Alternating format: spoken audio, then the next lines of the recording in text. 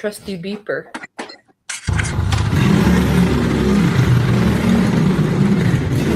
There was Gorilla House, then there was the Rumble House.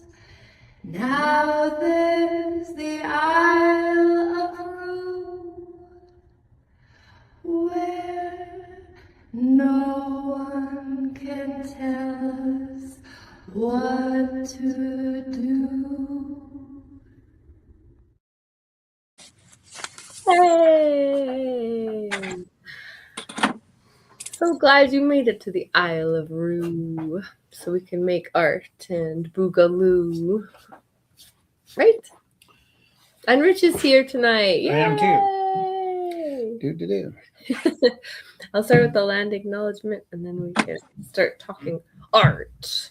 The Creator gifted us with this land that we are blessed to share and care for together. We acknowledge that the land we gather on Mokinstis is the ancestral territory of the Siksika, Sitapi, the Siksika, the Gaina, the Pikani, and the Piikani.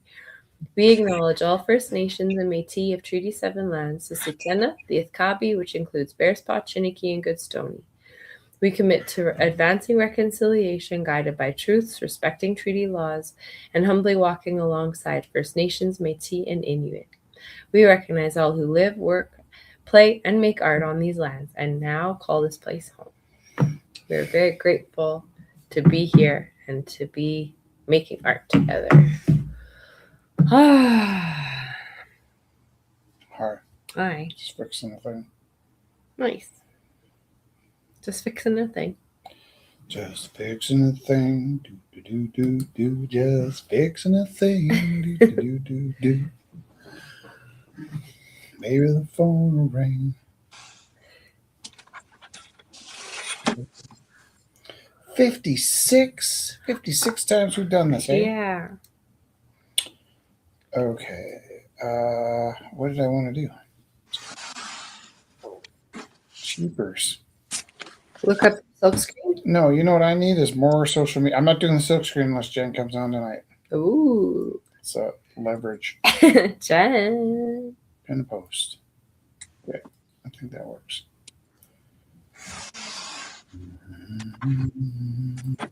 Should we share the link on the comment strand too? The link, sure. No, I sent it to her. I got a screen. I am not using it.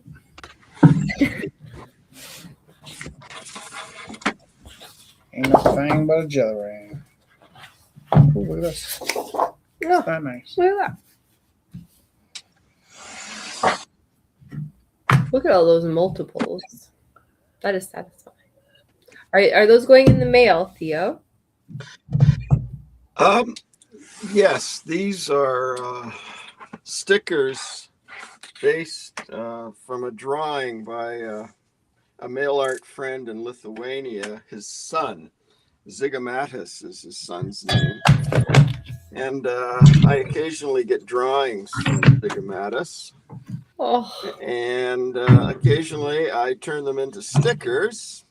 And then I send the stickers to Ryoshiki Koen in Japan for a brain cell. That is just really lovely. To put into a brain cell or in exchange for a brain cell? Well, it'd be good if I could exchange them, but no, it's to put into a brain cell. It's a mail art project that has been running since roughly 1985. And Ryoshiki makes 150 prints based on whatever artists send him for a given print.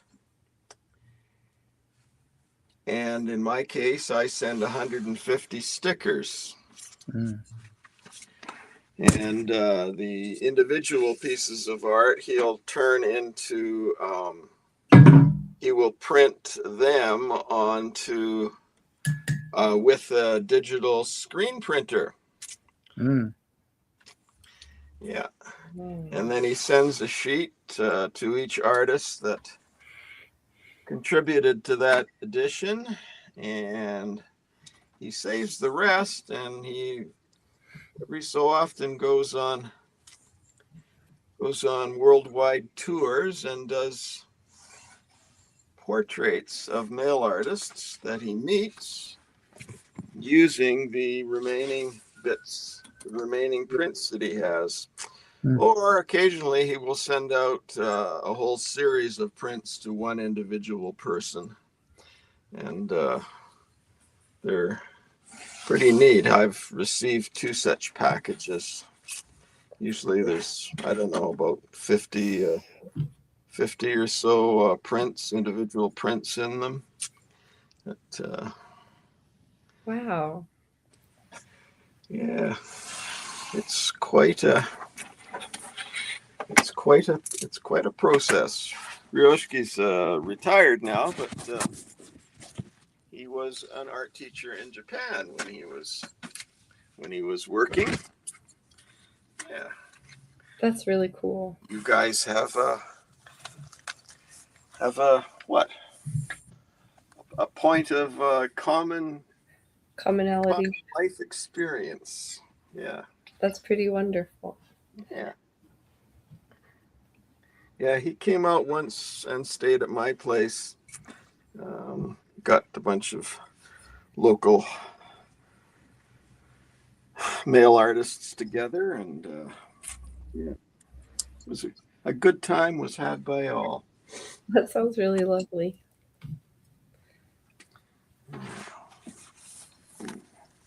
Oh, But like just like heartwarming and it's like a nice feeling when it's like artists and handmade. We had a mailbox, and Jess said it's been a while since we've got anything in the mailbox, and the yearly annual lease is up. Now she'll have a conversation with herself about maybe we don't need to do this anymore, and she skips the part where I'm part of that conversation. She gets kind of worked up in her head that she needs to cancel the mailbox, and then says to me something along the lines of, "Are we still canceling the mailbox? We better do that right away." And I'm like, I don't know what you're talking about, but I feel like we just got that mailbox and it was a lot of work.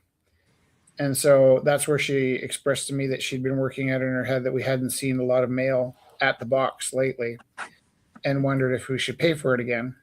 And I mean, one of the benefits is that by having the mailbox, we don't have to give our like home address out to That's right. as many people. And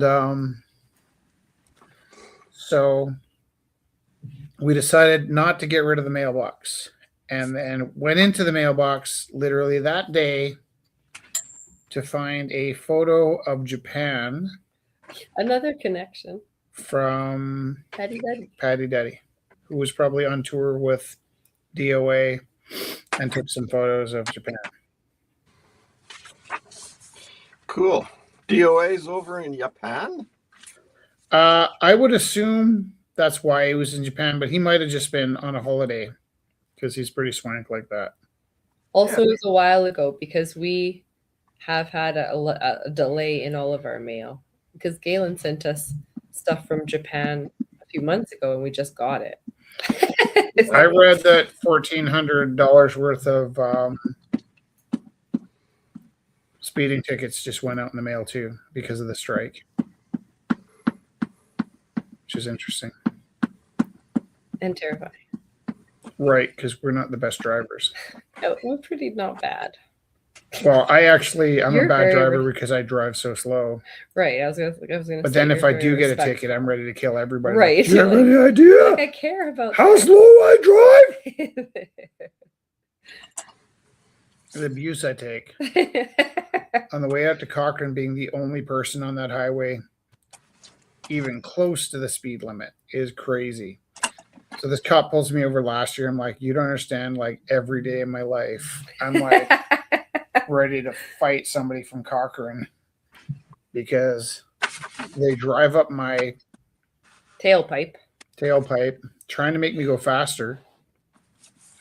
And the worst part is I get to work and my friends see, what's interesting about this whole traffic thing is we're all using the same language to describe two completely different things.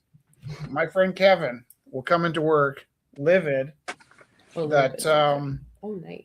livid that nobody knows the rule, and the rule is the left lane is for passing only. To him, that means everybody going 110 should be in the right lane because that's 10 kilometers over the speed limit. Everybody in the left lane can go as fast as they want so long as they keep passing people on the way to work. I keep trying to explain to him that the fastest you can go is 10 kilometers past the speed limit. And that if I'm going 10 kilometers past the speed limit and I'm in the slow lane, I should be impervious from his rage. Yeah. Somehow I'm never impervious of anybody's rage. And they sort of feel like so long as they keep passing people, that they're perfectly within their bounds to say, I should be going this fast because I'm in the passing lane. It's not how that works. And I've heard cops make that argument, like, technically. It's like, on a technicality, you're still being a butthole. Well, I've never heard of a law that says the left lane is for passing only. It's I don't know if it's technically a law, but well, there you go. Either way, though, it doesn't change what I'm saying, because I'm saying that it's either the law or the accepted rule, or it's a accepted rule that people talk about. But in both cases, he and I are both using the same argument for the same situation. So he's saying that the passing lane is only because you are supposed to only pass in the left lane on the highway. It's on the highway. That's right. Passing is supposed to be done on the left. Yeah. That is correct. Yeah. Isn't that what I said? That is what you said, and I'm just agreeing with you. Oh. So, but the other thing is that technically on the highway, you should leave the left lane open. No. And drive in the right lane until you have to pass. If everybody did that, traffic would go a lot smoother. But most people just stay in the left lane the whole way. And I'm not picky about what other people do unless it involves me. And then I get super like, get out of my... When they're raging. Right. And like, the only reason I follow the traffic laws is because when I was 25... on my RD 400, I had a pretty nice talking. I had two moments where cops cut me a break. One was may or may not have been a drinking and driving incident, and the other was I was going too fast. So the officer that pulled me over said something along the lines of, "I can either write you a ticket or not write you a ticket." Was kind of the gist of it. But if I write you a ticket, you're not going to have a license anymore. So if I let you off with a warning, it's not because you deserve a warning. It's just that I'd be using up your last chance. It's a severe. It's like, this is the only chance I get to give you a warning, basically. And I wish I could remember the exact wording because it was quite clever the way he phrased it. But it left me with the impression that I was quite lucky to have a warning that day. There we go. And after that, I really did make an effort to slow down.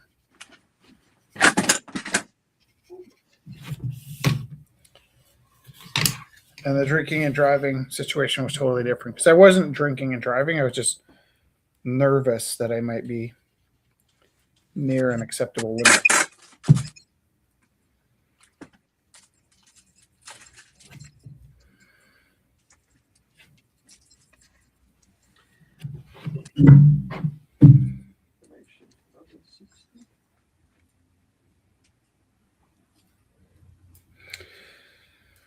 Well, if it was summer and I didn't have to go to work tomorrow and it was 27 degrees because the sun hasn't gone down, I think I would be having a nicer time right now.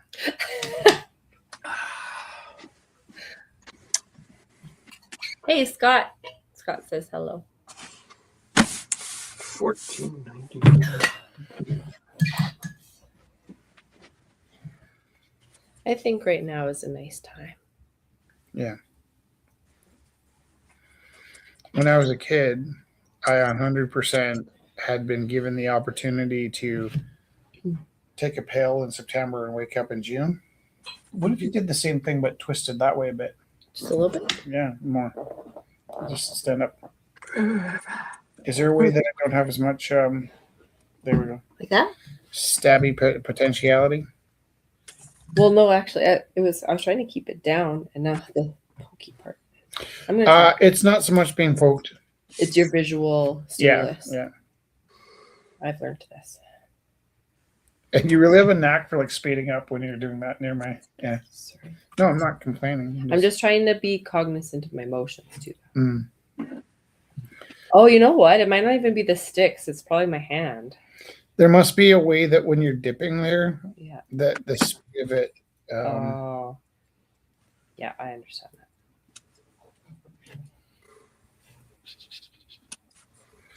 We had considered showing you our process for developing negatives tonight, which is probably a lot like most people's developing negatives. The only difference is Jess and I are each half of a photo developer. So I only know half and she only knows half, and we work on it as a team. And I think it's kind of neat what we worked out. But also, if you found like developing negatives intimidating in any way, it's a lot easier than it looks.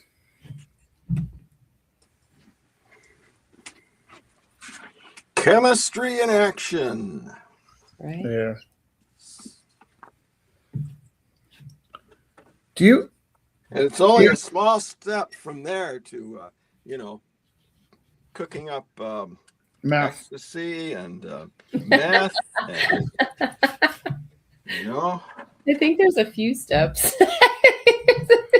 Do you know what step I'd be missing? Is the step where I'd be interested in having meth. Yeah, we're excited about the photos.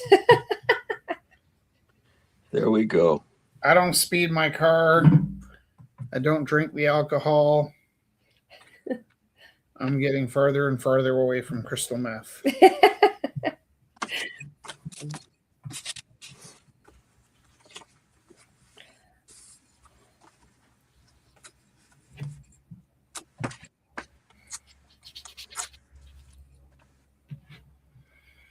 Okay, I'm like, Rich always has to like present ideas to me and then give me like long times to think about things because I'm very like slow to process how lovely all of his ideas are. That's such a nice way that you put that. Mm-hmm. But I'm working on not like exploding with rage and then realizing after that I'm completely wrong. So he was talking about the developing, and I was like, we can't do that. We need a bathtub. We need the dark. And you're so good at finding reasons not to. I'm like, that is a bad superpower that I have is like, I can think of a million reasons not to do anything, but you are really a good impetus to like. Are you thinking even right now we might try this? Well, I think we will. Stop. I'm taking that as a green light. Are you going to go? Because I was thinking. I'll get all the stuff. Rich, what? Listen to my reasoning. You're not going to be here for 3 Wednesdays. I know. That's fine. And so I thought that might be a nice thing to have on video. You don't even know. I'm not convincing you. You don't even know because let me tell you this. Yeah. Are you ready? Yeah. I just want to see my negatives. Okay. And I was going to develop them after the So rumble. if you start getting the water. Is there anything messy on here that's gross to look at? No. Okay. If you start getting the water. I know. I'm doing it. I'm going to get it. Go on. Okay. And then you tell me when you need me to get the chemistry or anything. I'll get it all. You're so amazing. And you tell the people.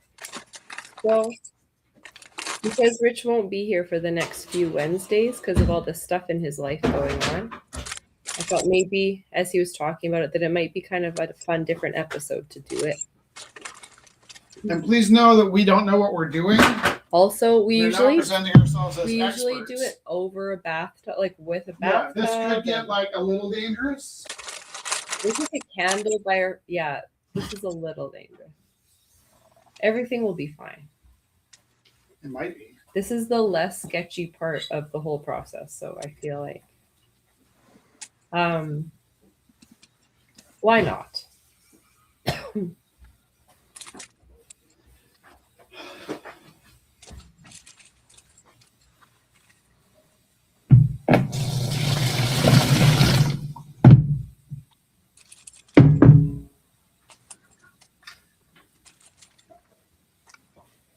So we have we're gonna get water and we're gonna get it to 20 degrees. So we have like a water heater upper that we Yeah. So because we live in an apartment, we're gonna put water in the bucket, but it's gonna be 24 degrees. So then we're gonna put ice in the bucket. That'll bring it down to about 16 degrees. then we're gonna put the heater in. Then we're gonna put a heater on, which is crazy because the bucket's like 1 degree too warm when we start. Right. So it's conceivable we could probably just get away with putting one. But we also just need the thermometer. Like we need it kept at that temperature. So Yeah. it's like, It kind of does stay at that temperature. yeah. Even out that I'm not dripping on the laptop. Can you blow? Oh yeah. Can you blow this candle? What? I'm gonna blow this out.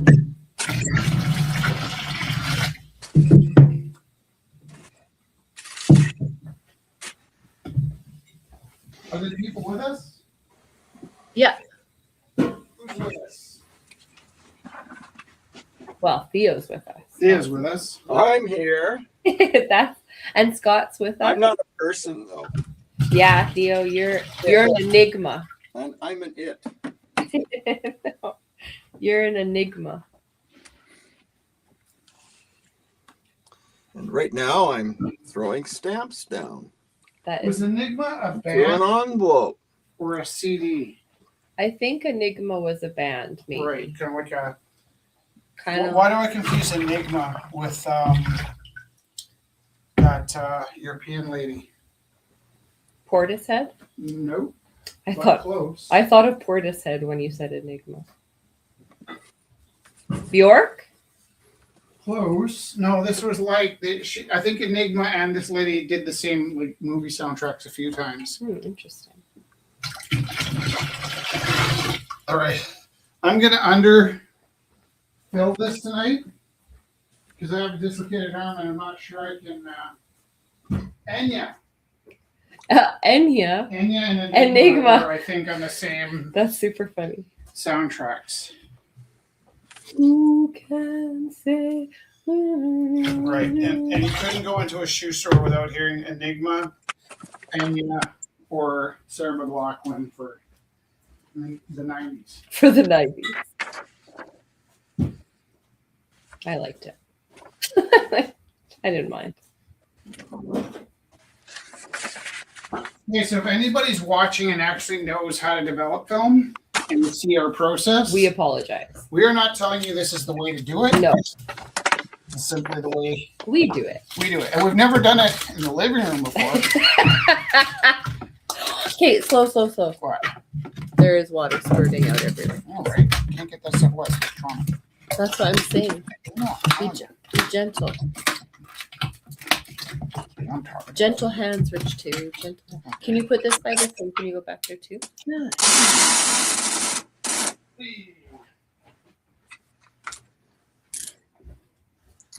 Look, I'm working on a big scarf. Ooh, I really nice. love these colors so much. So some of the process we'll have to do not under the camera. Yeah. We could do like a follow camera. Like on my phone or something.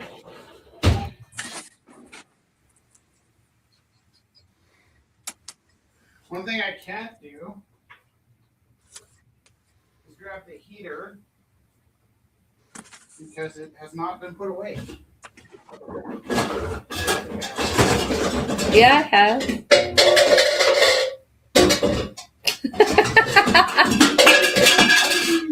That's the best soundtrack. That is like I love the soundtrack. Makes me think we're we're in a Keystone Cop comedy or something. it's 100% that. Dun, Yeah. dun, dun, dun, dun, dun, dun, dun. And then you're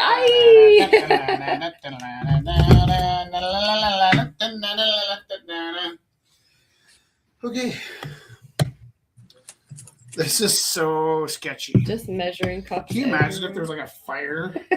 I did blow out the candle for like the actual fire. That would probably situation. help things. Okay. I do have the heater plugged in. This is a good angle. And the water isn't deep enough for my heater. So normally we would hang this on here. But today I'm going to turn it on and just hold it. I'm that into what I'm doing. You let me know if you want me to bring more water or anything, okay? No. Okay, so currently it's 17 degrees. And I'm going to set this baby here to 20 degrees. So I probably didn't need as much ice as I got. I'm scrolling out in the wrong direction. Okay, I have an idea.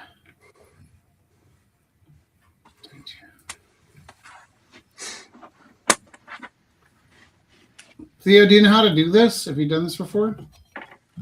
No, I have never gotten. Well, at one time, I worked a line camera, which involved developing film, but it was pretty much kind of an automated process because the film could be quite big. So I had things that you just insert the film into, and it would be run through this developer, and it would come out developed the other side. Oh, interesting.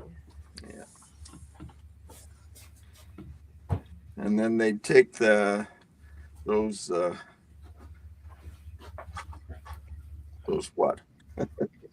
those large pieces of film somewhere else and shoot up positives. Whoa, I don't know why I had this flash. I was thinking about This could go so terribly. school, and I was thinking about. Okay, this is not the way to do this, but I'm doing it. Can I tell you something? Yeah, but let me tell you what. When I was in grade 4, Can you stand up? I just want to show you what I'm doing. my teacher. You did great. Oh yeah, I got this sitting on that's here. not even bad. Oh, it's sitting on top. Yeah, so with just weight. Keep an eye on this. Okay. Yeah, this is weighted. Don't and touch it's it, don't kind of touch that, and this is like the minimum and the maximum, so just watch it doesn't sink into them. It's right on the cusp. I'm going to get some stuff. Okay. So You're gonna watch this while you're talking. sure. I was in grade Jess, 4, put the stuff down. and my grade 4 teacher took photos of all of us on the playground, developed them herself, and gave us a copy of pictures. I don't know. Now I wonder if she did her own developing, because she was very eccentric. Was it black and white? Yeah, it was. Yeah, probably. Right? That's what I'm thinking. I didn't even know. When you're little, you're just like, cool, because we built our own frames, and she took the photos of us. Okay, when I drop these in, one of the things that happens is that they're a different temperature. Right. So those bottles are actually going to affect the temperature of the thing that we're heating up. Yeah. And then I put some little dumbbells in to stop them from floating around too much. Okay. And these babies want to be 20 degrees. Yeah? Yeah. Okay. I'm losing my temper.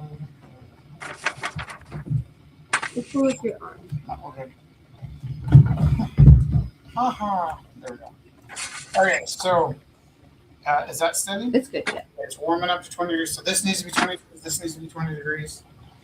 And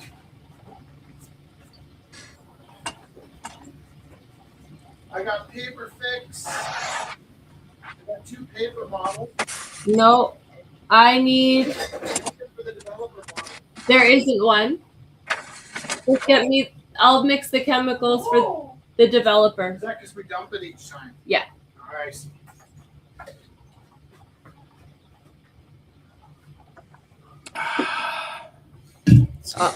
Yeah, I'll do. I just want to finish this line. So when you have a dark room, Yeah, for developing, mm-hmm. It's always under red light, so you can leave your developing solutions along. You don't have to dump them every time, do you? So can I answer that? Yeah, of course. Okay.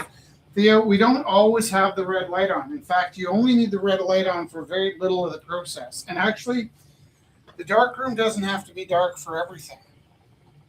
So, where's us?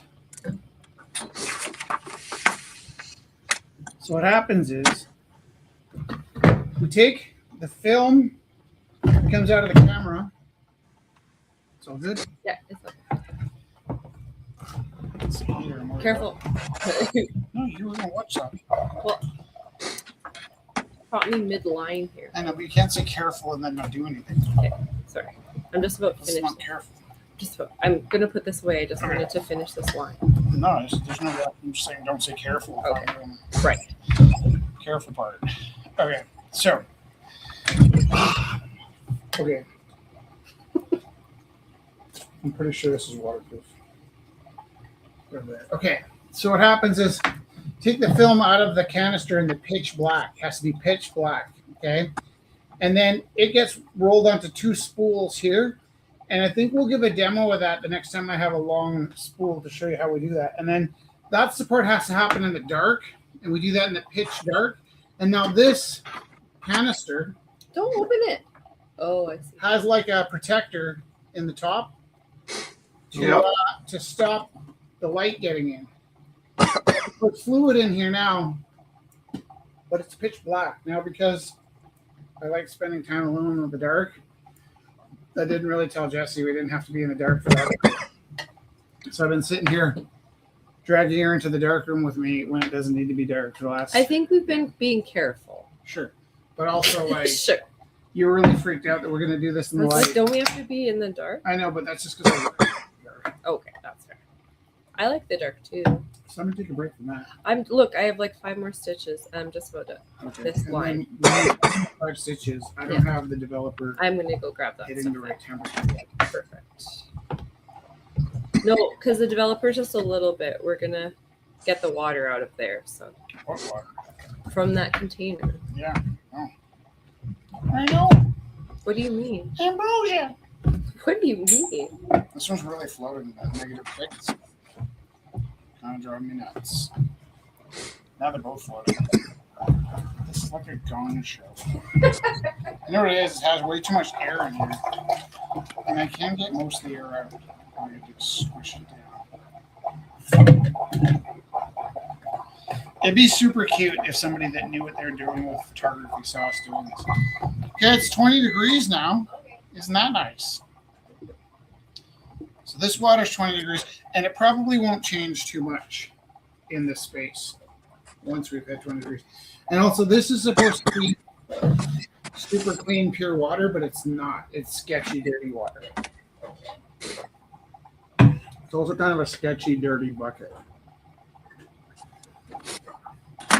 But that's kind of our process. What? You're sketchy. Is that what you're saying? Yep. Okay. We make sketchy, dirty photos. That's what I'm telling you. Sketchy, dirty. Okay. Okay.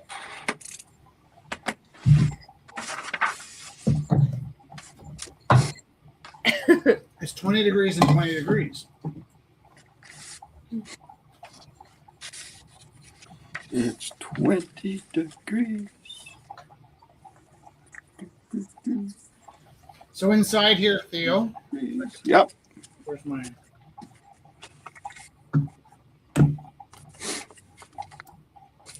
I've got this bottle and this bottle that are there. Those 2 bottles are changing to 20 degrees.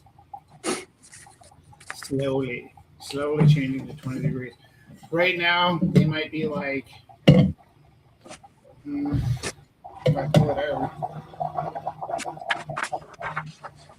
it's pretty neat actually, because like in my classroom, it'll be 18 degrees when the bell rings, and then by the time everybody's seated, it's about 22 degrees. So the 20 or 30 bodies that come into my classroom warm the room up by 4 degrees.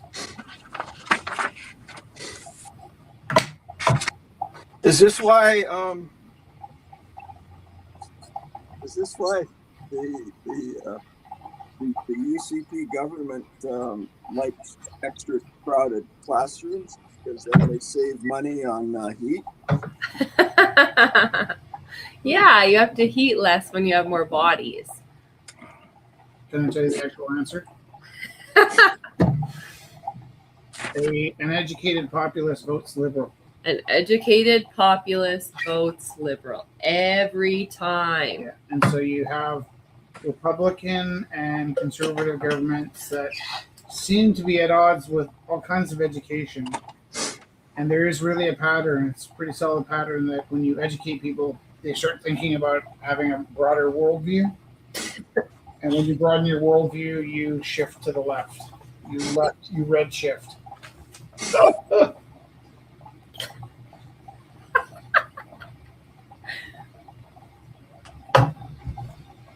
So when it's consistently 20, It's 20.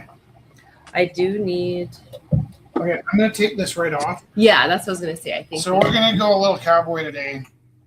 Taking off my heater and my. Yeah, unplug this.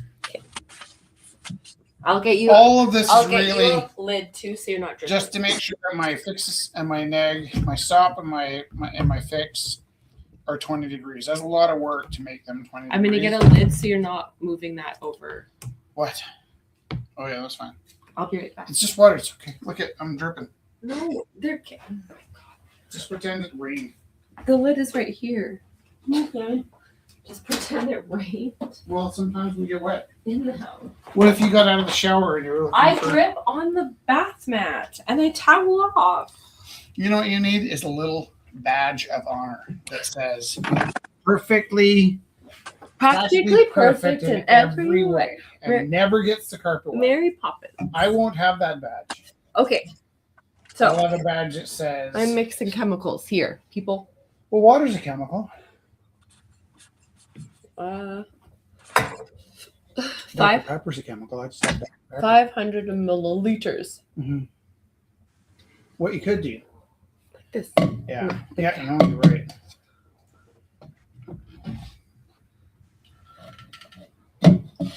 And we think we got the Okay. left-handed measuring because Nobody put any thought into it. yeah, what is this stuff floating around? Sketch. Okay, we're using Wait, is there stuff in there? we're using Ilford Il Full Soul 3. No, I just did that. Was the stuff in the container? Where did Yeah. it come from? There's like flecks from in there. What did you want? 500? I did 300 and I'm gonna put the chemicals in and then I'll do it, top it up.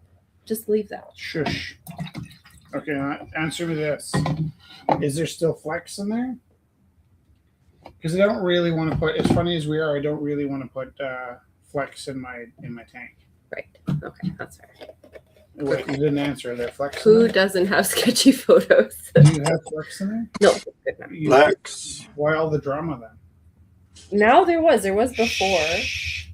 Okay, I need 100 more milliliters of water.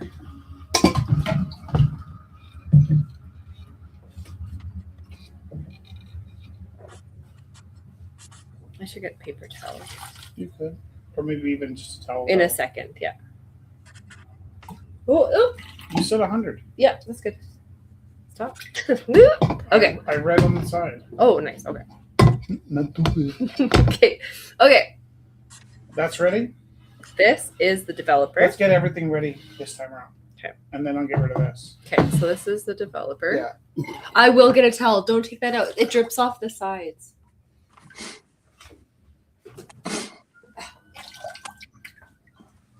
And then since we started doing paper print as well, we now have 2 sets of these, one for negatives and one for paper. This one is gonna weigh. I wasn't going to buy these photo bottles because they seemed like a waste, and then there's like 20 different things that are smart about them. You can squish them down. One. Yeah. And can you measure out another 500 milliliters Sure. in that one, please? I surely can.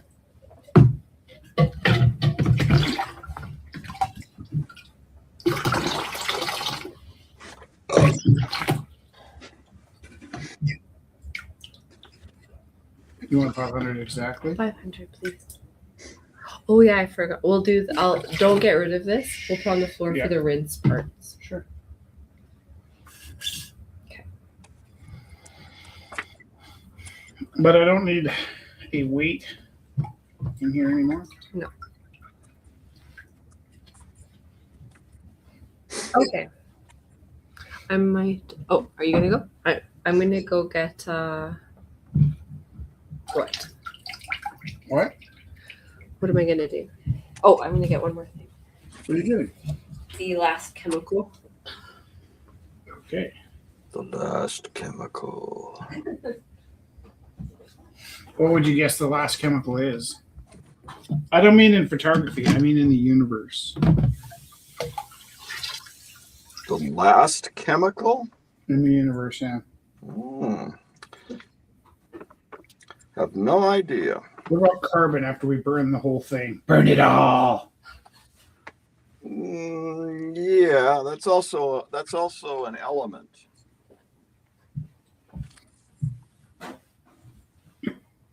Correct? I say the last chemical. Chemical. You said chemical, and that I was going to say I think there might be an infinite number of chemicals that could be created. Well, there's infinite universes too, so Yeah. there's all that. I'm pushing it back. Oh no. What? Oh, thank gosh you labeled this one. I didn't know which one I put the developer. I had a sinking feeling. Fine. Okay.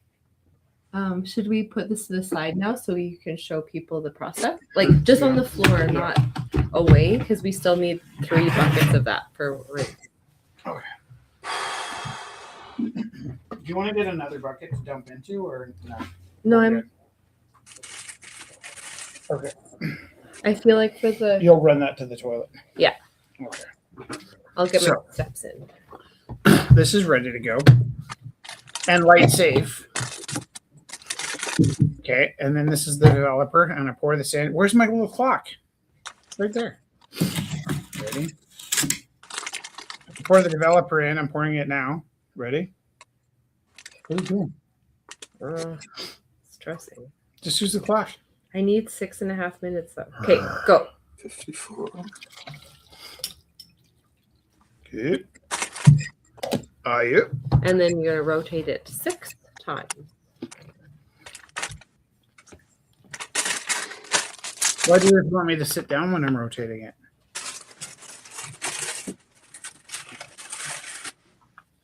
Are you counting or are you talking?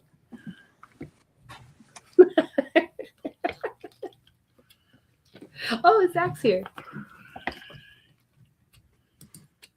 6. Hi, Zach. We're developing negatives on screen. Or are we? Whoa. Hello. Hi, how are you doing? Good. Yeah.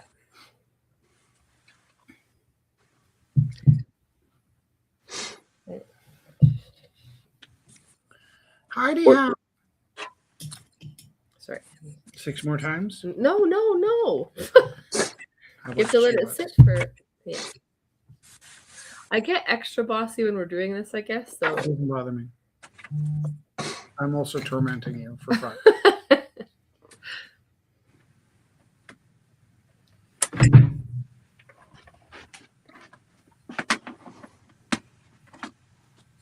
Okay, now you can do it 6 more times. 1, 2. Did you take these photos this week? Yeah. One rule was for a long time you've been waiting to develop it, right? Yes. Like a couple weeks ago. It's a week. It just feels like a long time. We've been I'm hyper. we've been printing a lot of prints. Yeah. So we haven't been shooting as much film. Yeah. And we've been busy too. So I guess it's been nice to have the prints to be learning how to develop. Yeah. So our focus has been on that part of it now, Multitasking. which is very nice. Oh, this is good. Okay. So when you're doing that, I don't, and then I use your stopwatch for the in-between time. Mm. That is very good and helpful. I got a stopwatch from Russia. From the what CCCP? Yeah, Russia. The former Soviet Socialist Republic. Mm-hmm. I had this idea of drawing a line down Alberta, pretty much from halfway through Fort McMurray down to the border. And maybe that's like 15% of Alberta. We just give it to the separatists. They can have a republic. They have a little strip So of a little land. strip between Alberta and Saskatchewan called the Republic of, and all the separatists could just move there.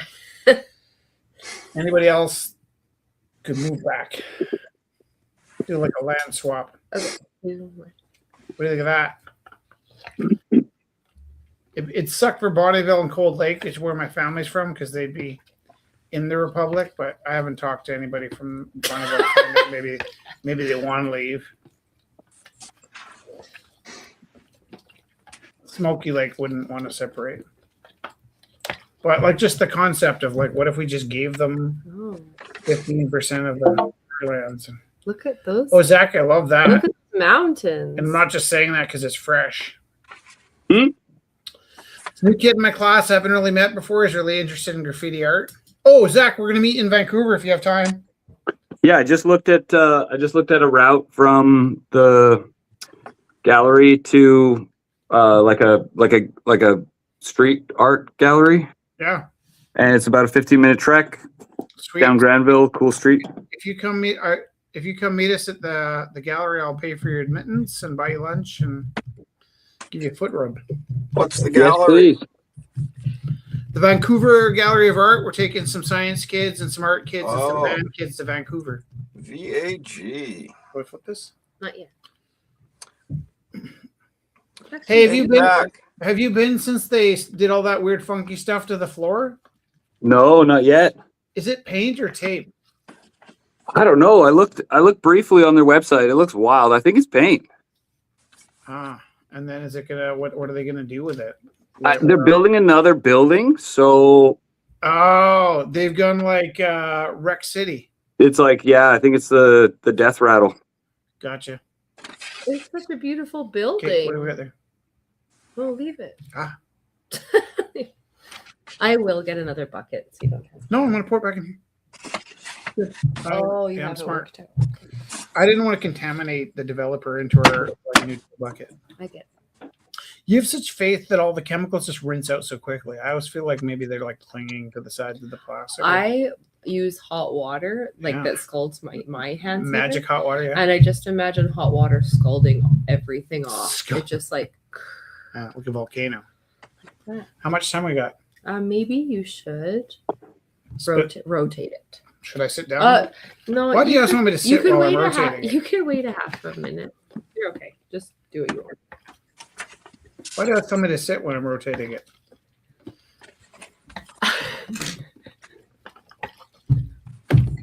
Just leave it alone.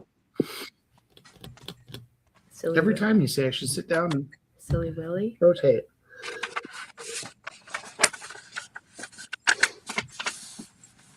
I had an urge to do a Stephen Colbert water splat. I remembered all my technical stuff was there. Good.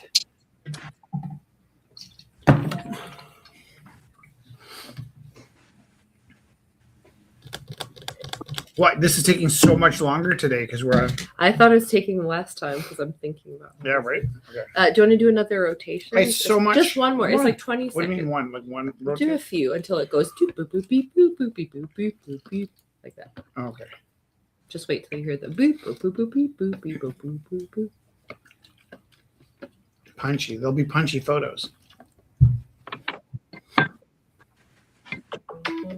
boop, boop, boop, boop. Pour it out. Yeah, yeah.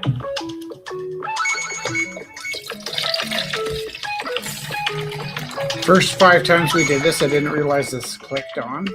I was so panicked that it would like fall out. Here's me sure that it won't fall out, but maybe it does. Okay, stop. Yeah. Stop. Let's put this in. Yeah. Stop works for both. So we've been using the stop for paper and for negatives. We'll find out if that's okay tonight. Oh my god. What? We just put a liter in instead of 500 milliliters. Well, guess what? Go ahead and guess. Guess what? Everything's fine. Well, it's as good as it's gonna get. Okay, So, ready? So flip it. Yep. Flip it 6 times, and then we're gonna dump it back in. I'm gonna get a funnel. 2. I'm gonna dump the developer. I'm gonna. Funnily enough, do you have a stop? 3, 4. You didn't set a timer? Do 6. Yeah, but I might be going fast. 5. Oh, you're good. I'm gonna do 8, 6, 7. Cowboy printing. Okay. I don't think having too much stop will make a difference. No, I don't think Maybe you know something I don't know. so. No, I don't think so. I just looked. I was like, oh yeah, shoot. It's like not going down anymore.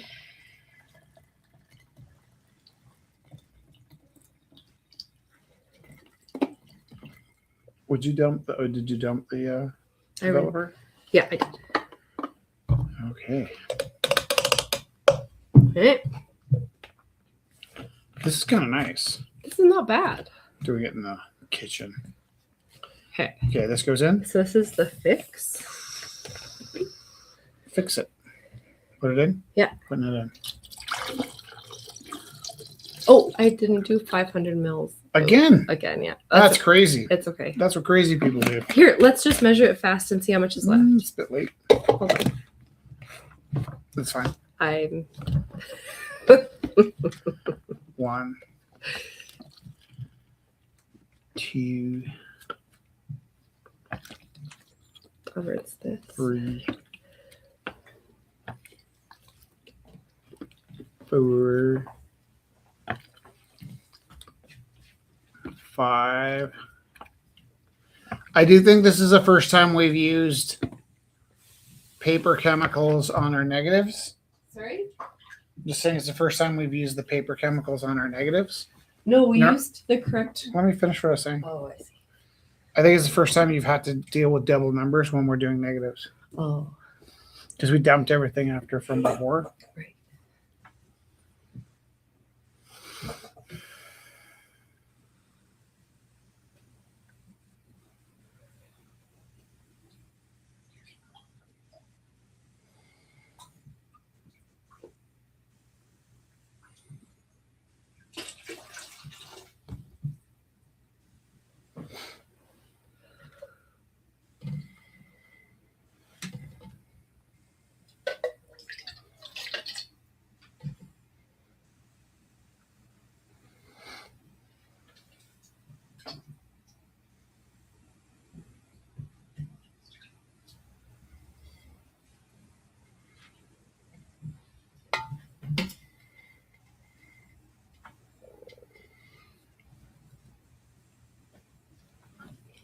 Did you rinse this? I think I did, but you can rinse it again. Okay, you can do 6 more rotations.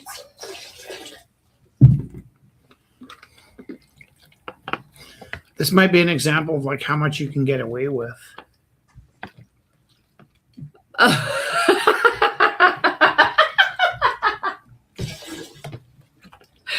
Isn't it exciting, Andrew?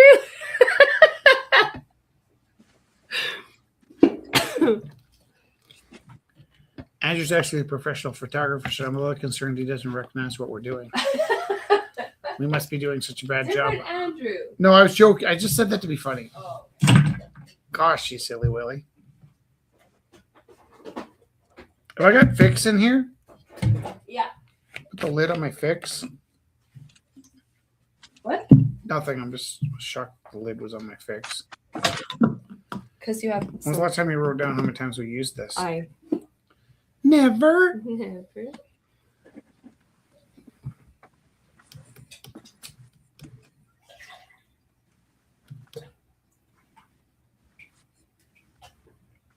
Sometimes when I get my forehead in front of the fisheye, I get like flash forward to when I have a Mr. Burns head.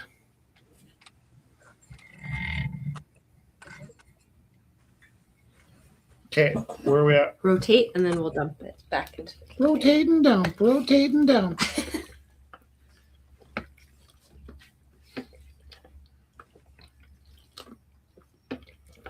Again, this is an example of how to do this, so much as how we do this. What we wanted to do for anybody that hasn't developed their own negatives, of course, demystify a little bit, because it's not as hard as it seems. Is that 6? Yeah. Okay. This is my fix going back to. Yep. Did you measure how much the fix was out? No. Oh, I thought you said you're gonna. Okay. Do you know every time we do this, I hear Coldplay in my head singing about fixing me, which makes me angry because I don't want anybody to fix me. Okay. Want to Rinse. put that somewhere safe? Yeah. Okay. 3. These are 3 water things, and you can just I'm dump gonna it dump it back back in the into the bucket. thing. Yeah. So just 1 or 2 rotations. I usually do 3. 3. 1, 2, 3.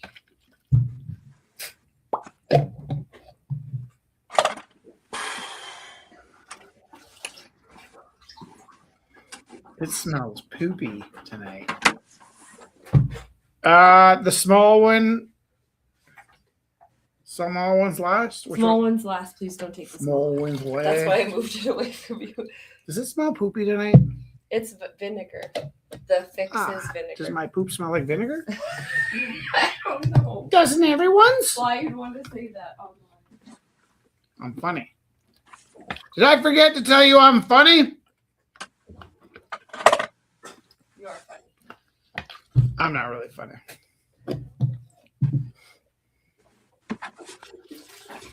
Yeah, it smells poopy. You know what it smells like, actually? This is some dad trauma. It smells like poopy diapers, which is probably like there's probably something kind of vinegary in the diaper. Like sick baby tummy. Eee. No, I mean like more like Careful, it's off here. probably like Oh, the no. diaper smell. That's what I'm remembering. Mm. Not so much the poop, but the wet diaper. Mm. Poopy, poopy.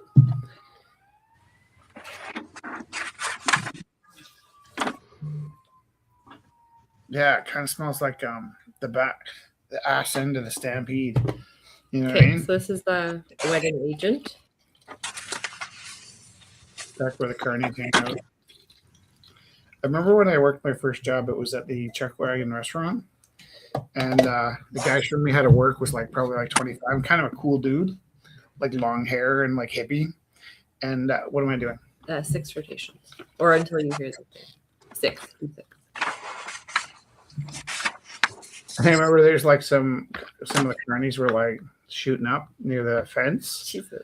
and like kind of sitting in their own mess. And this guy that was training was like, hey, meet a really certain class of people here. Just finish it. And it just lived in my mind because I actually think I spent a good portion of my life wanting to work with a carnival. You know, like Mhm. Well, like every literature we really like. Right. I'm like, yeah. You care where this goes? In here. in there. Do you care where this goes? Well, yeah, I'm shook too because we're not in the bathroom. I know. Where's my squeegee? Okay. Look at this, guys. Look at this. I'm going to Look do at this on camera and hope that there weren't any nudes of Jessica on this film. I would never do that. Woohoo! So, actually, never mind. I can tell a funny story, but That's fine. okay. So these come out. So they're light safe now. Yeah. They're light and safe. Oh, those are so nice and negatives. Oh my goodness. Okay, can you get me the hanger? Squeegee and I'll get you the hanger.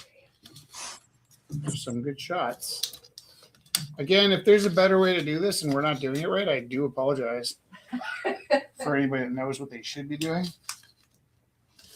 But also, we're usually a lot more on point, as it were. So I'll often, this is my own little technique I invented. I'll squeegee this way. And then I will squeegee this way.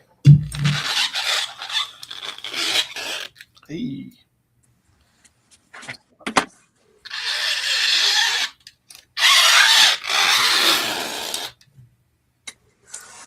They're the worst squeegee job I've ever done.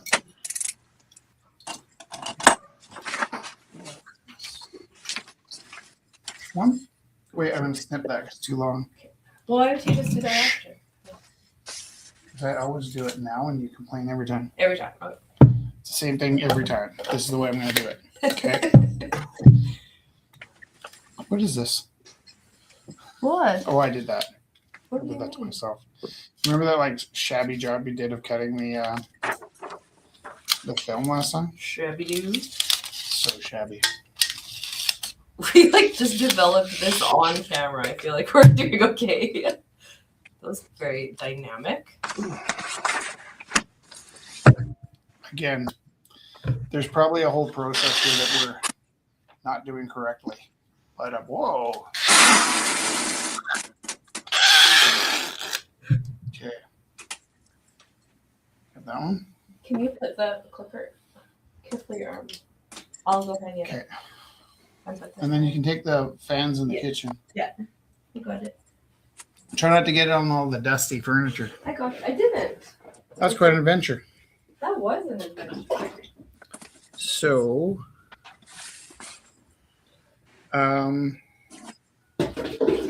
again, this was not meant to be a demonstration on how you should develop film, just what we do. And then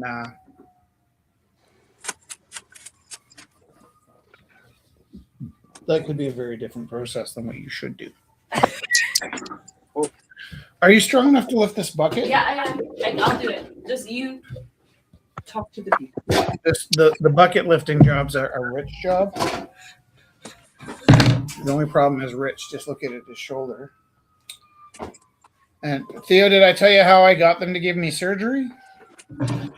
Oh, you've had surgery or you're going to get surgery?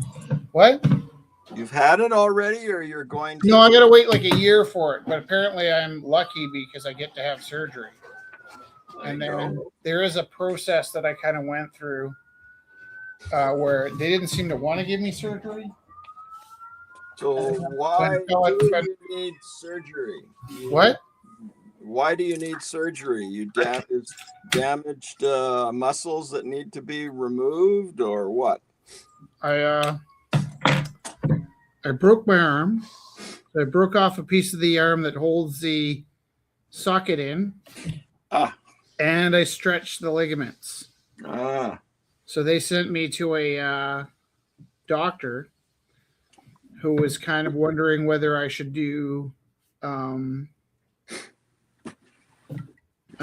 physio or have surgery.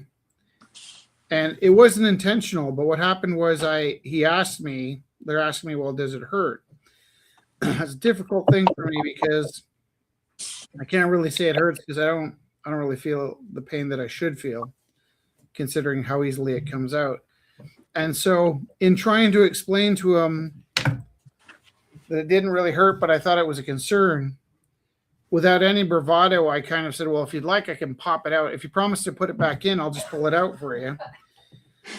And then it changed everybody's kind of tone. And I was driving home trying to think, like, what happened there, where they were kind of like, we don't know. We're getting you into surgery. And I think the tone shift happened when I offered to pull my arm out of the socket to show them just where I was at. And so it wasn't meant to be a threat. Yeah, but you've got a bone break that's holding the arm socket, right? Yeah. Yeah. So they want to repair that. And probably you volunteering to pull it out would make that worse. Although, do they do they do knee replacements and hip replacements? Do they do shoulder replacements?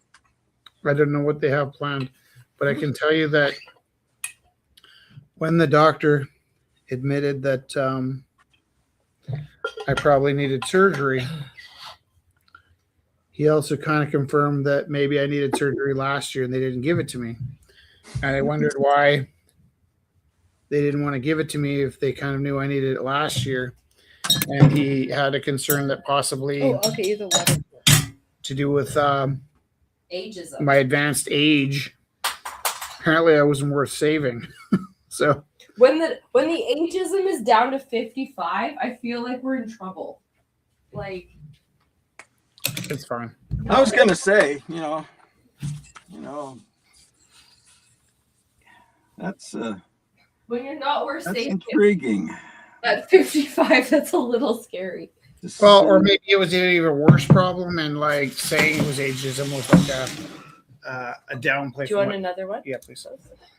From whatever the actual trouble was, but it was a bit shocking to me. And like I said, by no means was I trying to be melodramatic when I said I'd pull my arm out. I just thought it'd be the easiest way to sort of explain To show them what was actually going on.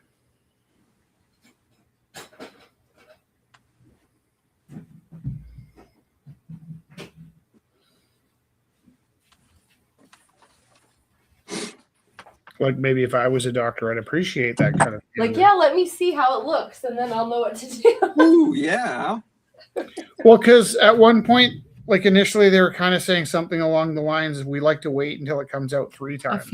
Yeah. I'm like, well, how about I pull it out like 6 times in a row for you? And then you can put it back in for me. I wasn't doing that this year at all. I was just struggling to find words to say, well, it doesn't hurt right now, but it doesn't mean.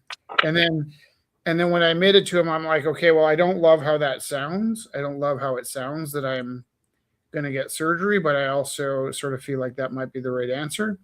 He kind of confirmed that, like, I was in a kind of rare and lucky position that they were going to go out of their way. People are dying to get on that list, and it would be really good for you to. Yeah, I didn't want to come off as ungrateful. I was just like, I was in the middle of saying, I don't like how that sounds, but it's probably for the best. Mm-hmm. And maybe they appreciated that I kind of didn't go in with an agenda. Right. Yeah, you just wanted help. Like you didn't. It so happened that I hurt myself at work, but I definitely feel like hurting myself at work went a lot smoother than when I hurt myself just on the weekend. I'm not sure why that's set up that way. Is it over? Right. No. It was just I was just scrolling to see who was on. Okay.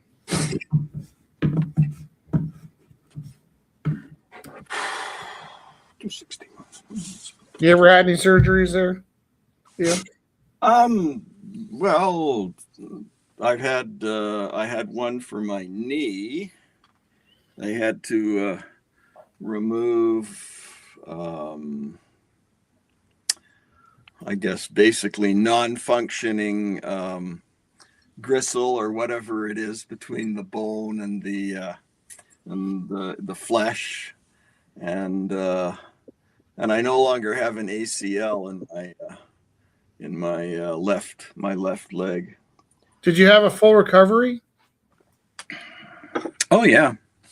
You know, I can do everything. I wear an orthopedic brace when I'm doing potentially excessive movement, but I pretty much stopped that. I stopped playing ball and things like that, but I still bowl and I wear that then. What kind of ball did you play?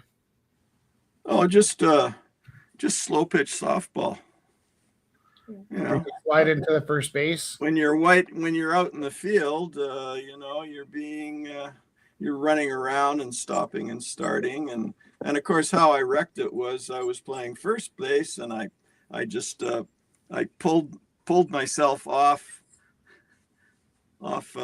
stretch myself way out to make a bad pitch to me.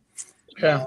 And made the catch, but I just felt something go boink, and I go, oh gee, I can't walk. And My uncle eventually Al, I got it looked at and decided, yeah, it's fucked, but how old were you when that happened? oh, I was it was around 2000, so 50. Oh, just at the beginning of the disposable age. Yeah. Anyway, yeah.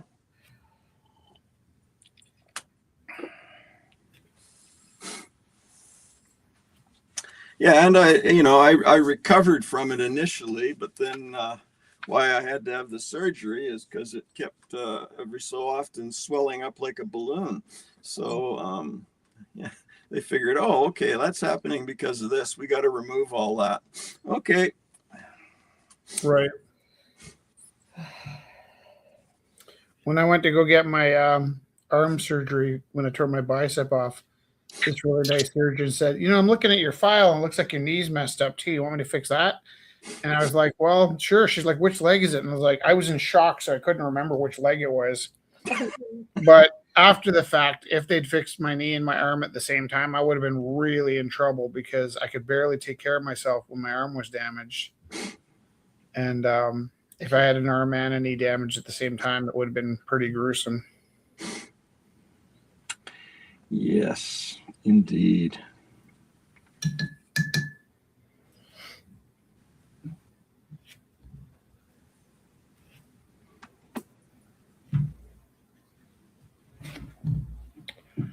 You guys should start getting younger. I think you have been.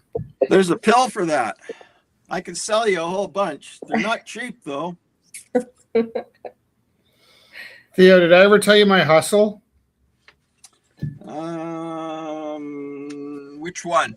I was going to say that. So, not the Rumble House. Oh. My plan was to go out to Bonnyville or St. Paul or somewhere where nobody knew me and get a job in like a bottle plant or something. Now, to facilitate this hustle, I was going to shave my head before I left the city. So I'd be bald on top with hair on the sides. There you And go. I'd go to work every day at this bottle plant. And slowly, after a few weeks, I would stop shaving my head, which would mean my hair would grow back onto my head. My theory was that within a week or so of growing my hair back, the other fellas at the bottle plant that might be thinning their hair might come in and say, hey, what's your secret? You were bald last week. And I could say, oh, man, like, I can't tell you because it's top secret and it comes from Italy and it's not even legal here. But I get a vial of this stuff. It looks a lot like olive oil. And you just rub it on your head a couple times a week for about a month. And by the time the container's done, you either get your hair back or you don't. It doesn't work for everybody. It's kind of expensive. And you'd have to sign a non-disclosure for me to sell you some. And then I would sell like vials of olive oil to the people that I work with. And at one point, this hustle I came up with because I was writing a book about a guy doing this hustle. And then, of course, in the climax or the sort of rising action of the book, he runs into somebody that knows he's not bald and his cover is blown. And he's got to bust his way out of town. But wasn't that great of a story, so I ended up abandoning the story. But part of me still thinks maybe I should try that one day.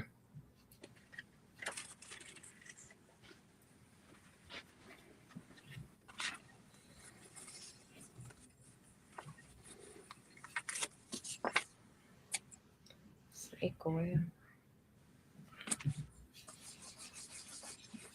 I feel like I should get a nice turn of the century dress and we could go like town to town. What are you talking about? Oh, yeah. Selling snake oil. Snake oil? Yeah. Olive oil is better than snake oil.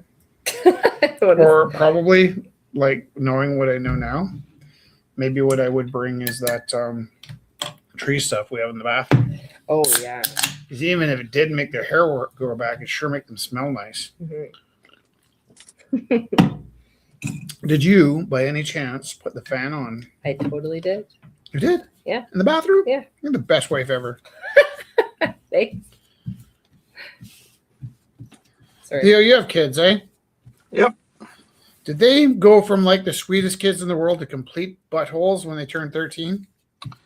They weren't living with me then, Oh, so maybe. But my understanding is that Linda didn't kill them, so I'm guessing that they were pretty decent. Right. You know, just average, normal. By the way, my son Felix is not a complete butthole, but he was such a sweet kid that now that he's starting to turn into a teenager, it's super jarring if he does anything less than like be the sweetest kid in the world. Because Yeah. I'm used to getting lectures like we'll walk by strangers and he'll stop and tell them that they need to stop smoking for their health or whatever. Like he's such a conscientious kid. Maybe some boundary issues there. Like Yeah. that guy could smoke it. But I remember one time the most obvious case we ever saw was we got in the elevator and we're just going somewhere. So happened the guy that got in the elevator with us had his kid with him. The kid was on a waiting to get on his bicycle, and it was evident that that kid did not have a bicycle helmet.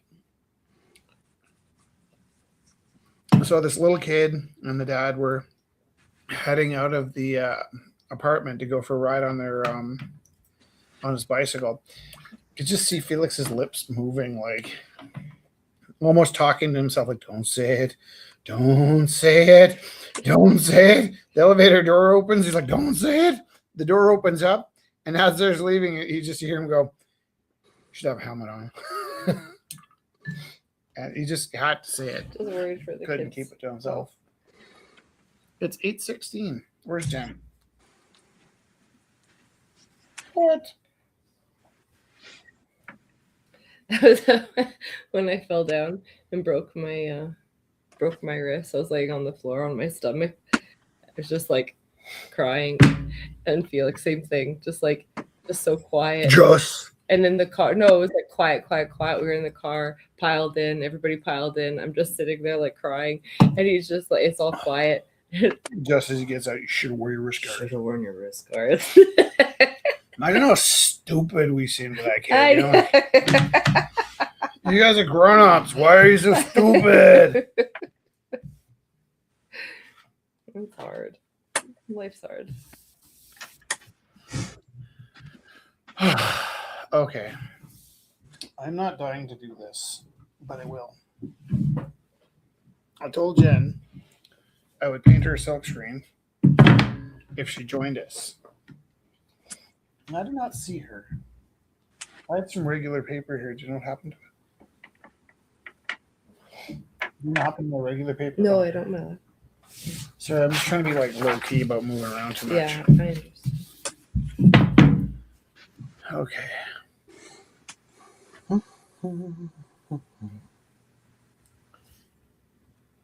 Yeah, I was hoping she would come and talk about why I'm doing this.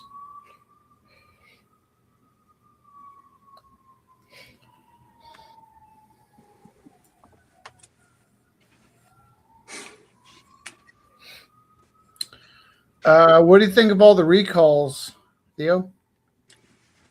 Oh, the citizen sponsored recalls of their various MLAs. Yeah. Well, I think it's an amusing kabuki theater. I don't think anyone's going to get enough votes for it to actually happen, although I'd be terribly interested to see what would happen if one of those does succeed. Mm-hmm. But I mean, the best one that probably could have happened was, what's his name? Nicolay? Yeah, Nicolay. Yeah. Anyway, and they barely got, Yeah. I don't know, 9,000 votes, was it? Something like that. I don't know how many they needed. Yeah, totally. So obviously the folks in that riding are just really happy with their MLA being, you know, a UCP dickhead.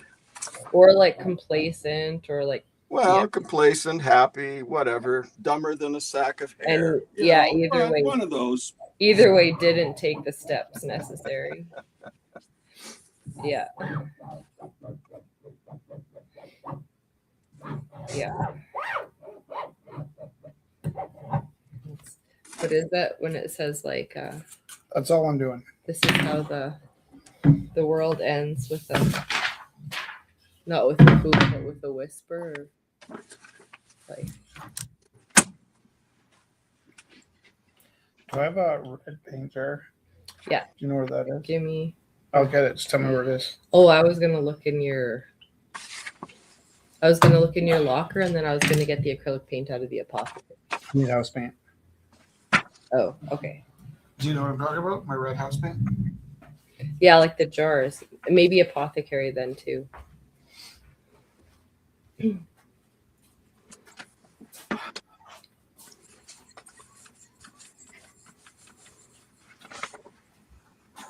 Oh, you got it. I did it.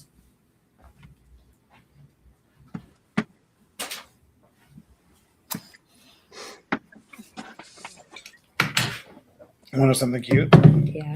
I could 100% tell by how quickly you answered. Yeah. That you authentically knew that you didn't move it. Yeah. So, like, if you authentically know that you didn't move it, I know you're gonna find it if you go. then I can just go look where I think it is. Yeah. And it'll be there. Zero terror.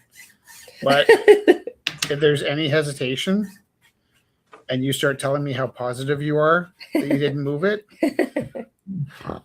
I'm not going to go look for it because it won't be where I expect it to be. Pretty good. It will Pretty be astute. somewhere you put it. Pretty astute. So I can tell when you're snowing me. I wonder how many times I've belched on this broadcast. 17. Oh, thanks. That's also my lucky number. There you go. Well, it's a prime number, so now though, if you're gonna belch, you got to do 2 more so that you can be at 19.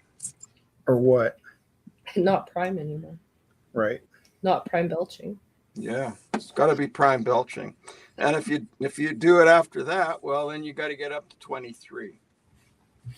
I played football with a kid named Belcher. Yep. Isn't there, or wasn't there, or isn't there a hospital with that name? Belcher Hospital? Colonel Belcher. Colonel Belcher.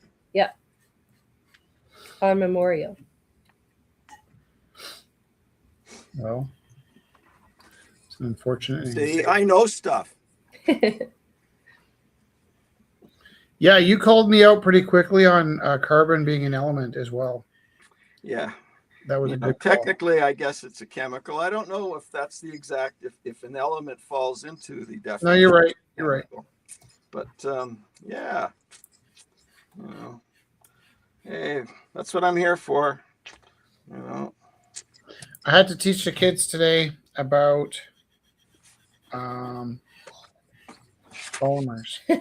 You taught me about it. And I find that I open up the textbook and I think, who the hell cares? About what? Polymers. Oh, well, they're kind of important. Yeah, but what are they? Beats Not me. what, I'd have to not go what do they look it do, up. but what makes them polymers? Again, I have no idea. Yeah, neither did I, and I was teaching it. There you go. I just know that they seem to be in a lot of things. So, right. Probably important. The way I would probably try and explain it, like sometimes like there's a simple explanation in the book that leaves me with so many questions. It's a little bit like actually when like your English teacher goes, now just remember this is the object and this is the subject. I'm like, couldn't this be the subject? Like, it could be, but it's the object. I'm like, well, is this a matter of opinion? Because I'm getting marked on a test here. It's like, well, most people would agree that that's the subject and this is the object. Well, do you know what I mean? Yeah. Not always that way. No. Right? So if you and I were talking about like, give me an example of subject and an object. No sentence. You're an English teacher. Like a subject and a predicate, you mean? Well, the object and the subject, or the predicate. So what's the predicate? The subject is what the sentence is about, and the predicate is the verb, like what it's 100%. My idea, what that sentence is about, is probably not what most people think right, that right. sentence is about, right? And that's why I took all of those questions off the final. Yeah. Because it's some kid is going to be like, but like, it wasn't intended to be like that, but I can see your point, kid. So, or like, say, like the red Porsche ran the stop sign and killed a cat. And you're like, of course it was red. The subject and the other people might be like, well, it was a Porsche that was going too fast. Like, don't you know that red is the most dangerous color for a car? Right. Or there were some girls in my high school that had a lot of money. And I remember one turned 16 in one of my classes, and she's like, oh my God, I got a car. And her friend said, oh my God, what color? I was like, what? What just happened there? First of all, why do these young people have cars? I don't have a car. Second of all, why would your first question be what color? Like, that was scary. It's very important. I always think for that. You don't understand cars. That's what it is. Yeah. I think for that class and time, it was understood that they all got BMWs. Oh my God. Oh well. So she didn't ask what kind of car because they were all. It was just a given. They all knew that it was going to be expensive, and yeah. No, it's nice to be able to grow up with that kind of just circumstance and fortune. Yeah. Well, I got my first car late in life. And maybe it would be just nice if somebody bought you a BMW when you're 16. I got my first car early, but I paid for it, and it was an old Buick Skylark. $500. Ooh. Good price. Yeah. It was a cute little juice box K car. Right. Sorry, what is a K car? I think it's like I use it as like just those cute little like 1980s style cars that are like Cayman, like really basic, like nondescript. Kmart? Cayman, like like really like base, like they're like undercover cops kind of. So it's like. Can you look it up? Sure. A K car was a name for Chrysler's baseline sedans. Oh. If I'm remembering correctly. Oh yeah, that's exactly what my car looked like, except it was a Buick Skylark. Mm-hmm. So I am using it right, but what's a K car? Is just the class. Yeah. Like.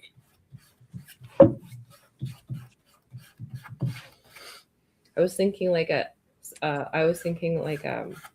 noir detective car. When you bought it or no? Like when I was trying to explain it to people. Scott says, "Oh, polymers, they bind things together?" ? There we go. Yeah, they do, but what's the difference between a polymer and a monomer? And if you say monomers are single and polymers are many, I'll get grumpy because like I need to teach this stuff to kids. Yeah. And I'm trying to really like break down what the difference is. And for that one, every time I kind of think I got a handle on what I'm really talking about, I find another variation in interpretation, like, yeah, but not really. So I never heard of monomer before. Well, like a monomer is like the way it's described in the book is like if you imagine you had a paper clip, right? Mm-hmm. That's a monomer. It's just one. Mm-hmm. And then as you link them together, they become like a long chain, like a polymer. Again, that's us trying to understand something really small with a metaphor for something that's in our big world, right? And so I'm like, oh, in that case, then there's this. And then every time I kept coming up with an explanation, well, sometimes, but not all the time. Oh, jeez. So like glucose is a monomer, right? But like there isn't really a really solid, great explanation for theoretically that I've come across with today, like since I started working on this since yesterday. Mm-hmm. So, but one of the things I got kind of side railed on was I also realized I know very little about rubber, right? So, what I thought was when I was a kid, rubber came from trees. And then in my lifetime, we've moved mostly to oil and gas byproducts, right? So, rubber, synthetic rubber versus like rubber trees. And I thought rubber trees were almost extinct. But then I did some reading.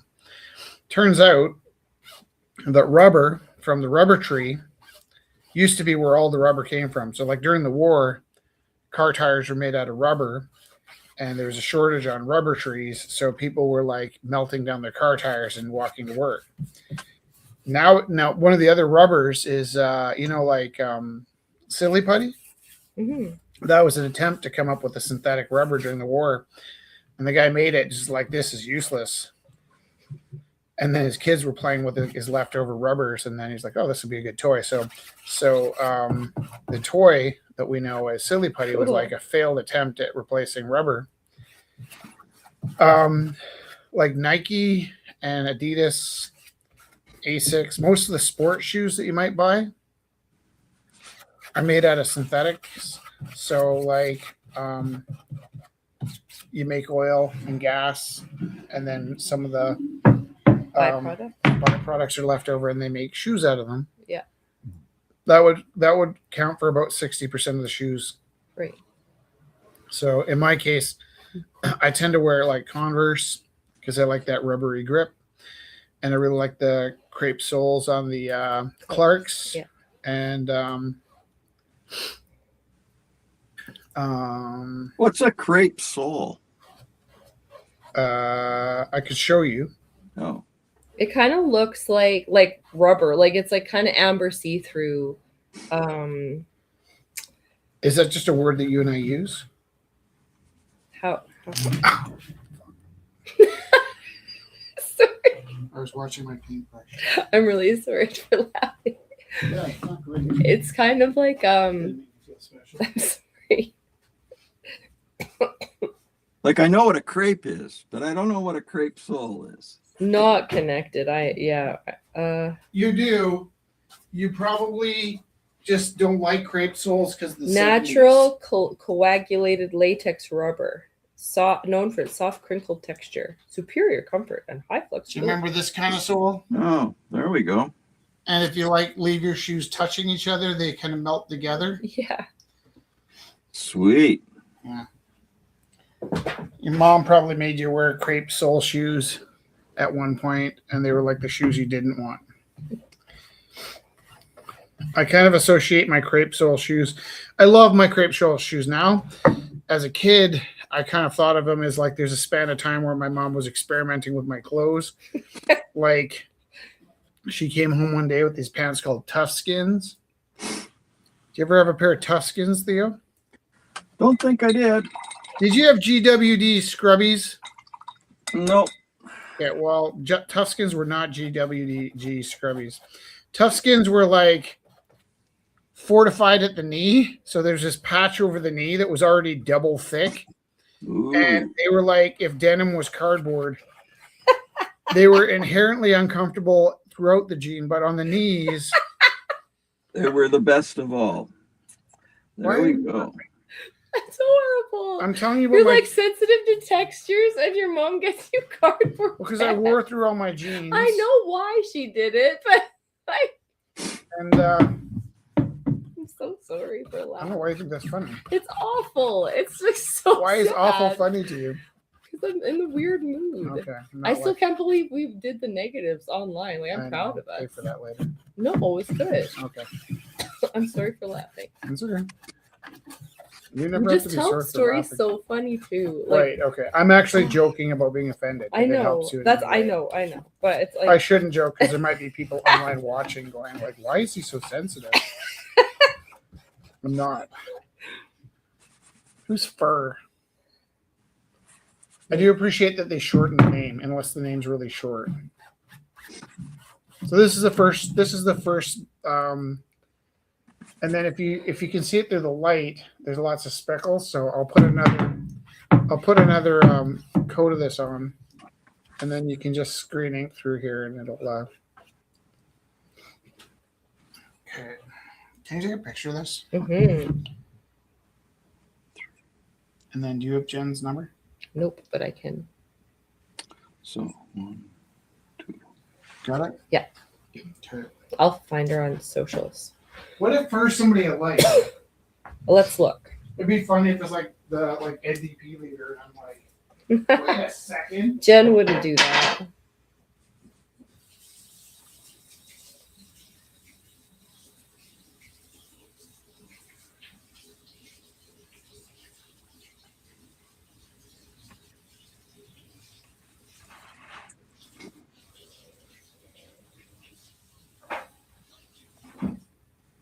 Wow, our kitchen is great. The walls. Oopsies.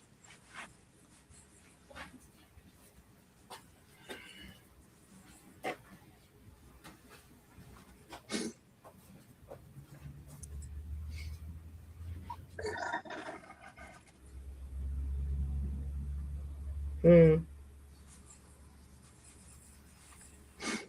I don't know. I don't know who this person is. So I'm supposed to let these babies dry for 2 hours, but I'm not going to because I'm impulsive. Oh. You should actually. No. I want to. Where's my, what happened to my little viewer there? It's here. That's good. Behind the thing. Behind the curtain. How did you paint that backwards? Amazing. Who asked that? Scott. Scott, I can read and write backwards. In this case, though, I didn't. I did it forwards by tracing on it with a pencil. I drew it out forwards with the pencil, and then I painted it on backwards. UCP. Normally- She's UCP. What? She's UCP. Calgary Pagan.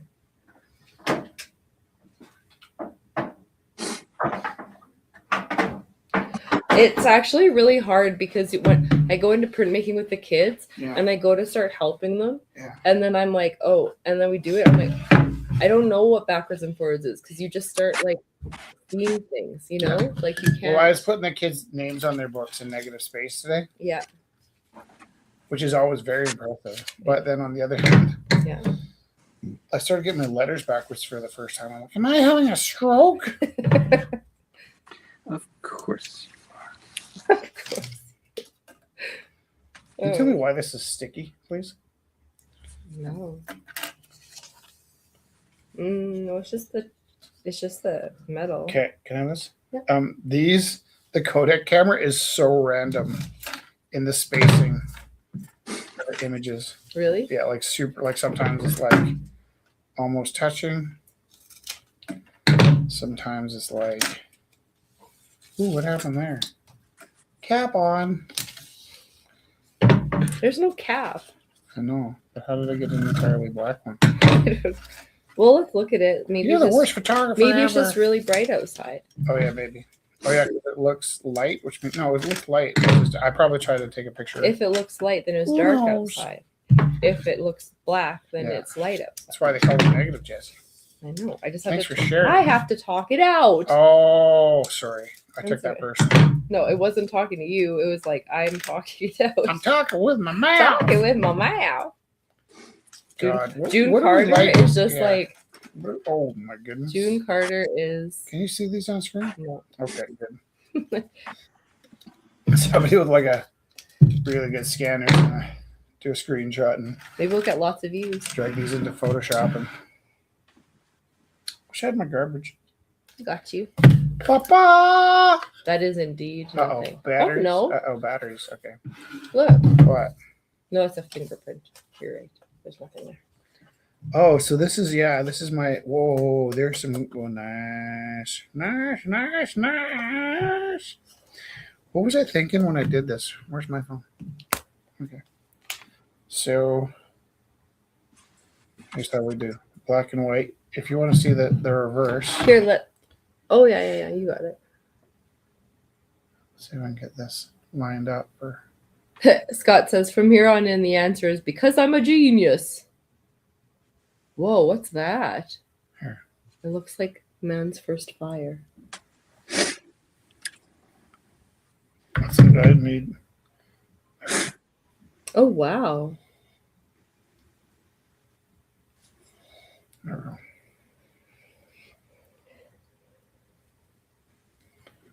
That looks like a Felix. Yeah, was it him working on something?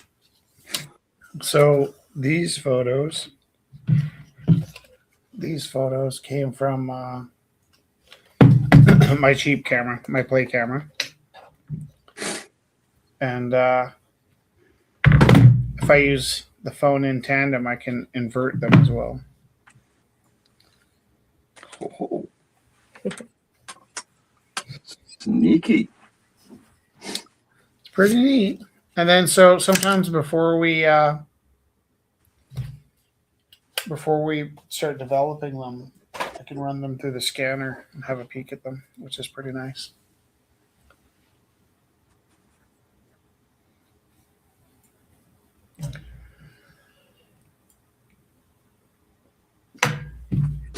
Can you send me that picture? Mm-hmm.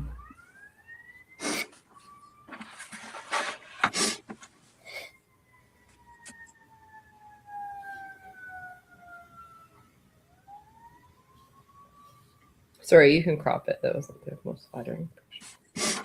I'm just trying to get that. I don't think I look bad. You don't look bad. No. What were we saying? Well, because sometimes you like respond, and I wanted to respond before you responded, but I don't know what you're You think responding I look to. ugly or? No, I always think you look I handsome, think and then you you're do. like, "Oh my god, delete that." I'm like, "What the heck do you see?" And then so I was jumping on before you jumped on, but now I feel bad because I I think know. I thought I looked did the okay, wrong and thing. now I feel really bad about myself. Oh my god, are you being joking again? Yeah. Okay, Guess what?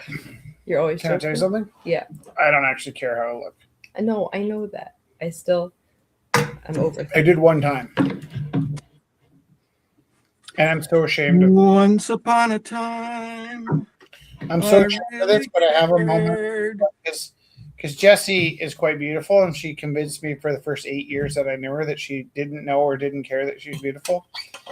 And then we quit drinking, and I was so like, why would you want to quit drinking with me? And then she admitted that she thought her face looked puffy. So I was like, wait, what? You have vanity? And she's like, I have vanity. And so that said, I did have one like moment where I cared how I looked. TED Talk? No, not really. During the TED Talk, I was running on the treadmill because it was a good way to memorize my words. Nice. I so happened to trim down for that, but it wasn't like out of vanity. No, it was when I ripped my bicep off here. I got this giant scar. I had an accumulation of two thoughts. I'm wearing a black T-shirt. At the time, I would have had in my wardrobe one black T-shirt from like grade 10 till now. But now I have lots of black T-shirts because I've kind of given up the ruse. But previously, I would have one black T-shirt in my closet. It was almost always a work warehouse T-shirt. They came with pockets, and I would unstitch the pocket because I like the shape of the T-shirt. Yeah. They had kind of like tapered sleeves, so they would pull tight on my biceps. Now, this is me being incredibly vain.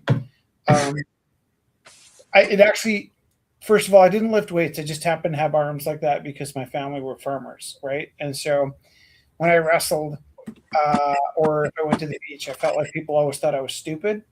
They talked to me slowly, but I didn't actively think that if you had bumps on your arms, it was attractive. Okay. That said, there's two moments where I realized that I was lying about that. And the first time was I was going to ask this girl out in my humanities class at ACAD. And it was like, I can't remember why that day mattered. It might have been like the last day of class or before the break or something. And I remember thinking when I got leaving the house, if I'm going to ask her out, I should put my black T-shirt on. Nice. And it didn't entirely register other than I was leaving. And I thought, well, this might be the last day I can ask this girl out. And so I went back and changed into my black T-shirt thinking that I'm so embarrassed saying this, but I really think that maybe I thought I tend to get better luck wearing this T-shirt, but I also kind of knew why I got better luck wearing that T-shirt. Does that make sense? 100%. We had this staff party at co-op, and I had a crush on this kind of older lady that was the cashier, and we used to flirt. Cute. I was like 17, and she was about 24, so it wasn't like weird, but it was like we weren't going to go out, but most of our shifts she would flirt with me. And then at the staff party, I wore a tank top, and her demeanor towards me shifted. And she wanted to drive home that night, and I didn't have a driver's license. And everybody at the party's like, "You're an idiot! She's asking you to drive her home." And like I'm on the spectrum, so I was like, "I don't have my driver's license," and so I didn't know that there was like an addendum to driving her home. Mm-hmm. And so those were two moments in my life that I was kind of loosely aware of. I remember thinking, boy, did she ever treat me differently after I went to the staff party wearing a tank top. And I didn't used to wear tank tops because I was kind of ashamed of the way my arms looked, right? Oh my God. Did you just say shut up? I don't blame you if you did, but oh my God, Rich, shut up. So anyways, this is where I realized that there was vanity attached, is when I tore this bicep off. It was dangling in the middle of my arm. Yeah. And I remember they asked me if I wanted surgery, and I was in kind of shock, and I remember not really caring how it looked. I remember my thought process was, well, I'll just wear sweatshirts if I have a mutilated arm. But then for a split second, I thought, if I ruin this arm, I'll need a better personality. And that's when I realized that maybe like the when I was a young man, the shape of my build was of benefit at times. But most of the time, I was just really, really embarrassed about the way I was shaped. And so I didn't wear never took my shirt off, and I didn't wear tank tops. And it was an obliviousness rather than like a humility. It was like I just didn't know. Right. And then I think too, when you're like growing up, I think there's a lot of different things that you're dealing with. As a kid, too. And it's also like you can tease a teenage boy about his voice cracking. You shouldn't. You probably shouldn't tease a young man about losing his hair, but you definitely, like every kid in my class teases their dad about being bald. I don't know why that's funny, because it's probably traumatic. I was gonna say, like, boys have a lot to deal with. I want to tell you what what you broke. You might get a temporary ban. I don't think so.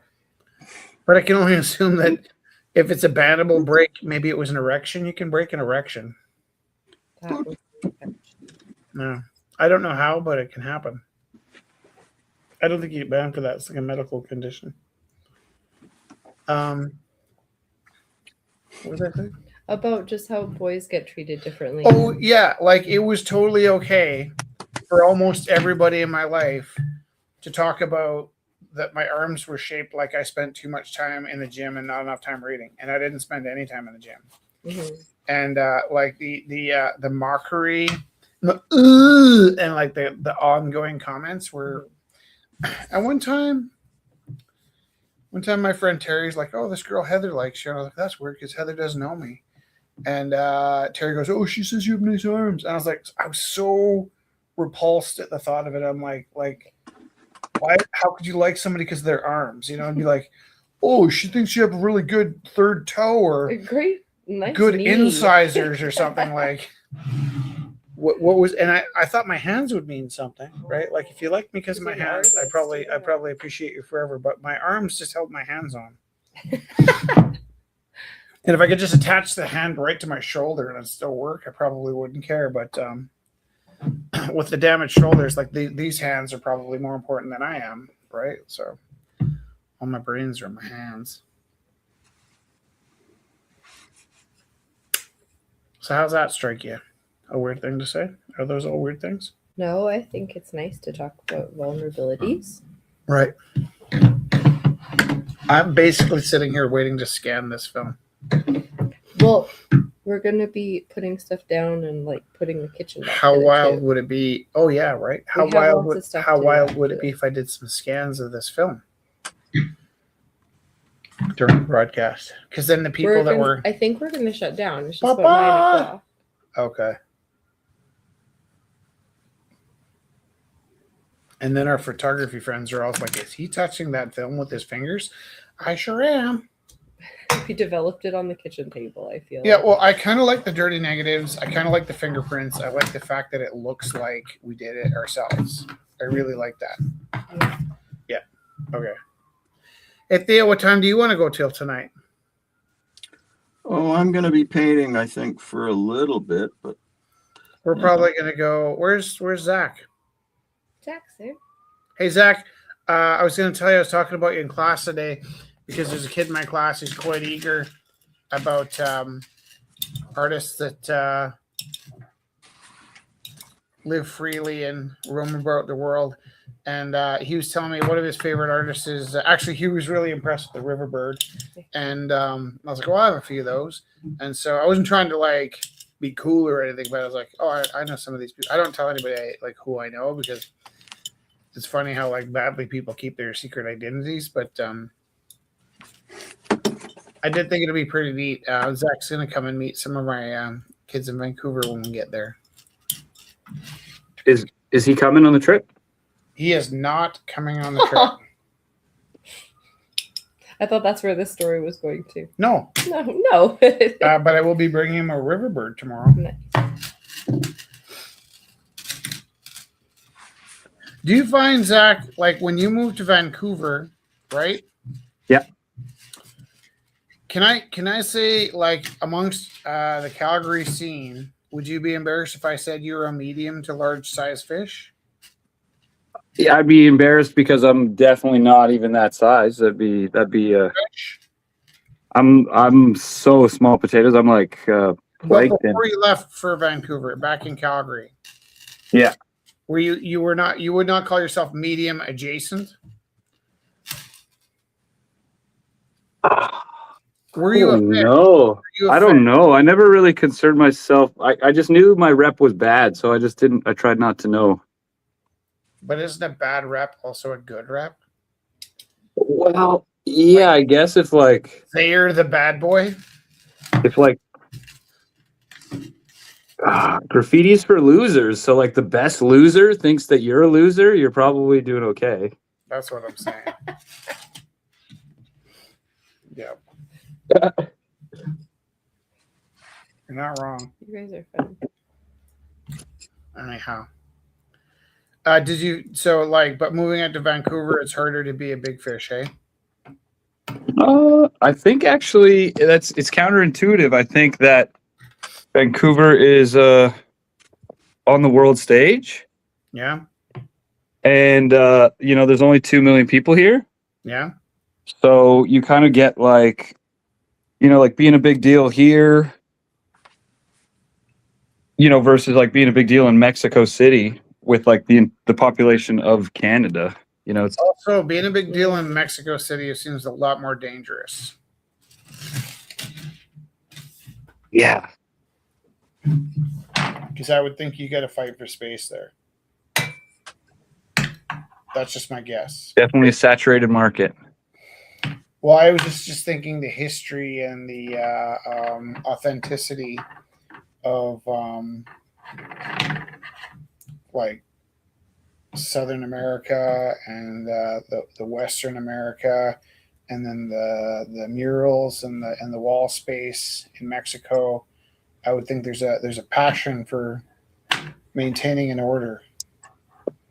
It'd be a lot more deadly than airdrie. Am I close? No, that's accurate. Where do you think the most territorial space like city is in terms of that style of art? In Vancouver? No, in the world.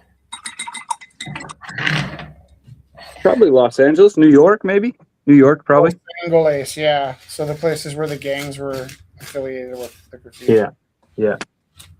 When we were in LA, we had this guy, Abraham, that was kind of looking out for us. And Abraham said, if anybody messes with you, you tell him you're Abraham's kid. And I didn't look anything like Abraham in a way that it would be obvious that I wasn't Abraham's kid, but I was totally willing to say that I was Abraham's kid. And Yeah. yeah. And so then the Crips would march, and everybody just tipped their head down. It's like, we're not this tough. You know? Like, those guys are real bad boys. Yeah, I had a friend who went to San Francisco, like the Bay Area. Yeah. And he had some buddies, and they took him to like a warehouse where they were squatting and they were partying, and they're like, "Oh, let's go paint." And he goes, "Yeah, let's go." And they're like, "Oh, you can't come with us wearing those shoes. You know, you can't come with us wearing that jacket. Like here." And they had to like dress him up like a hobo so that they weren't a target for his fresh gear. Right. Oh my god. I know when I was in San Francisco, I was shocked to find out that it was illegal for teenagers to carry any kind of permanent markers or spray cans. Cool. Like there's kind of a curfew for young people and art tools. It's pretty wild, hey? Yeah, those are like court conditions that's here. Yeah. We're gonna shut down early tonight. Okay, I'm gonna develop some film. cool. Scan? Yes, I'm gonna scan some film. Yeah, we're not gonna develop. Oh, here, look at this real quick. Okay, I'm gonna put you on big screen. I'm a big boy. You, by the way, can take your time. Don't rush around. I'd be happy to sit here and watch. I'm just a little bit done performing tonight, so if Oh, you I'm gonna hang them up here. Oh, I got some of my. half an hour showing us your work, I'm comfortable just sitting here enjoying it. Ooh, that's neat. Like that one. He's pretty cool. A little work on the hands yet, but Yeah, Medusa. I like like that. But this guy, I've been dying to. This guy. This is my guy. He looks familiar. Who is it? Two guesses. No, I haven't a clue. Nothing comes out of my brain when I actually need it to bring things up.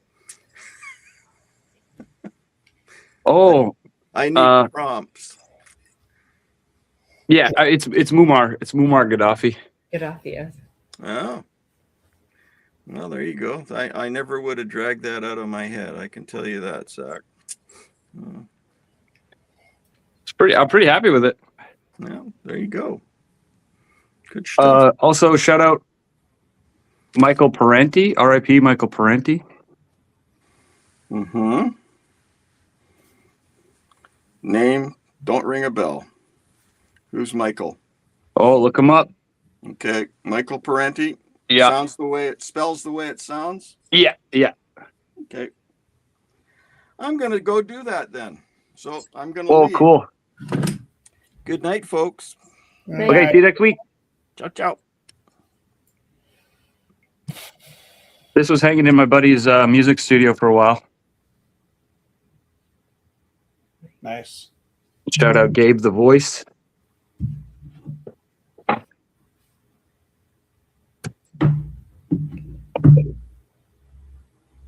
Muammar, though, come on, look at that nose, man.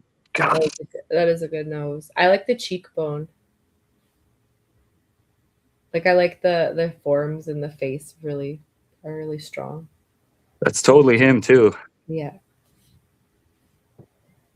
This is pretty psychedelic here. This came out of the. Is he a golfer? Am I spelling this wrong?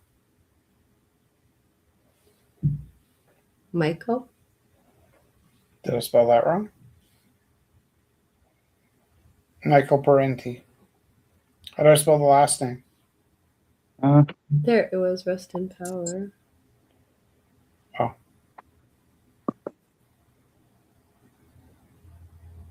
From the 70s?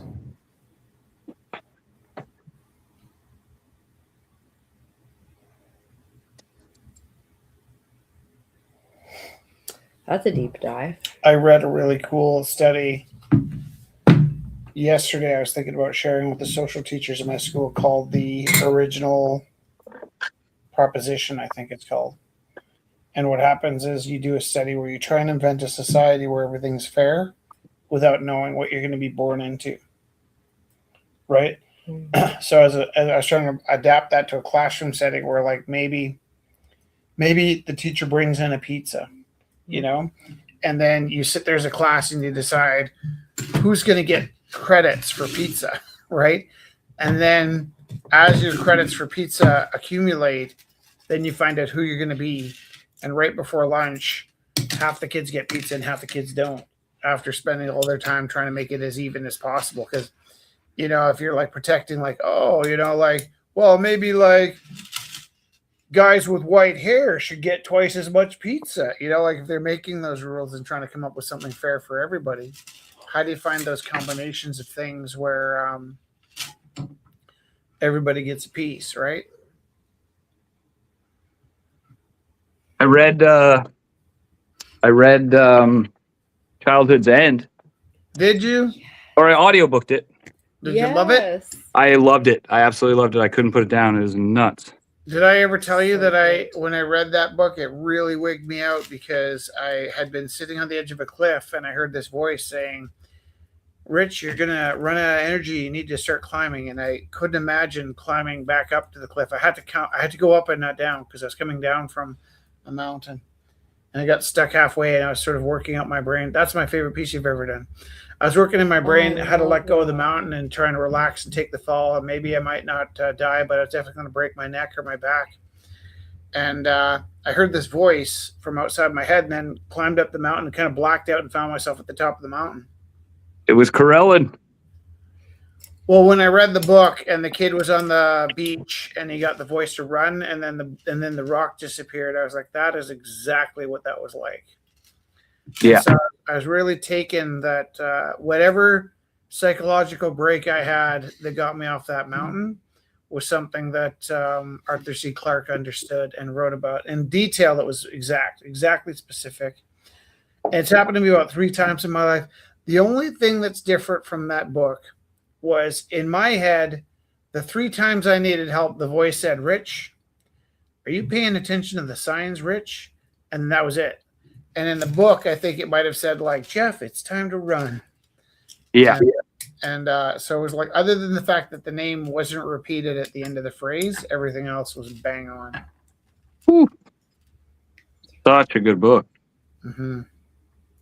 And like when it starts talking about how nothing's happened in 2D art for 100 years, it's like, oh, that stings. Yeah. But the end days where they're on the island trying to find excuses to live does sort of line up quite well with the future tense of AI right now too. Mm-hmm. Yeah, that was a great book, and like it's heavy because like you go through generations. I was going to say the epic nature of it. Whoa, it's so large. Yeah. Yeah, vast book. Mm-hmm. Well, thanks for reading that. I'm also working on Master and His Emissary. Yeah, who's that? McGilchrist. Okay. He's all right. Actually, no, I don't like the book at all. But I really like the subject matter. I'm reading a book that I don't like as well, by a guy that's kind of like he's a staunch Republican, and he writes this book about a warning book about an EMP pulse, and the entire book is like, and then those stinking liberals didn't know how to shoot guns, so they can starve. But my dog's dying. I could never eat Sparky. And it's like he writes this book, and it's interesting because you get sucked into the character, so you start believing the way he does that, you know, unless you do things his way, you deserve to die. But it's interesting because I really enjoy the narrative that he's telling, this kind of apocalypse story. I kind of cringe at most of his beliefs. And then I also sort of silently judge him, but like he's always waxing poetic about old stuff. And so I'll count in the number of times in a chapter that he uses the word old. And he really loves the phrase, anything phrased with semblance. So, you know, they'll be putting together some semblance of of Military. or his girlfriend's got some semblance of a Sunday outfit, and so it's fun to sort of read and pick apart, and sometimes read something you hate too, eh? Because Yeah. Like you kind of got like I got to get through this guy's writing, and his like pretension, and his like yeah. The prologue was just whatever for the new publications. Like, Mhm. come on, guy. Shout out Buble.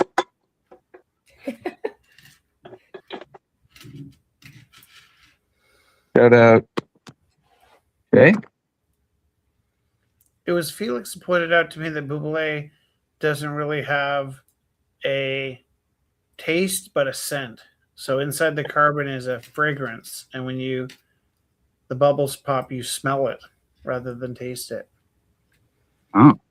Some low carb drink for you. Mm.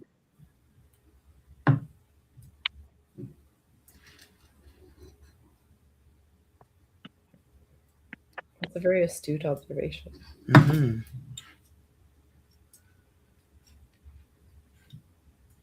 Did you cut both rolls up or just the one? Just the one. You want me to cut the other? Do I have to paint over this? No. Do you want me not to cut the other? He asked you a question. I like it better this week than last week. I think you worked on it. Or dried. Did you work on it? I haven't done anything to it. No. You haven't touched it since I told you I hated it? Yeah. I know. I'm dreaming of what to paint over it. Like something super mechanical in the foreground, like a floating screw or a wing nut. Just a big sticker. A motorcycle helmet. Yeah. Like one of those pink bears. A pink fuzzy, like moist bear or whatever. The Charmin bear. One of Kelly's. One of your clowns. Oh, I could throw a clown on it. Well, that would be Ghosts of your clowns rising up from the water into the. How close did your hand get to my face there? Pretty close. Oh, you're doing it for attention. a clown fisherman. Yeah, a Yeti. Oh yeah. Nessie. I'm gonna delete it. I'm gonna paint over it next week. Flying river dolphins. Yeah. A butterfly. Or why don't you try throwing something in there, I think, before you paint over it? Oh, okay. Because it would make a very strong background. Mm. Okay, kids. We love That's you. my tour. Thanks, Zach. Thanks for having me. Nice you next seeing week. you. We'll see you next time. Jess will need a little extra help next week because I think I'm at another quad meet. Okay, I'll be here. If you're able to be around and be entertaining, that'd be great. Yeah. See Here you. we are now. Beautiful work. Entertain us. See you. See ya. See ya.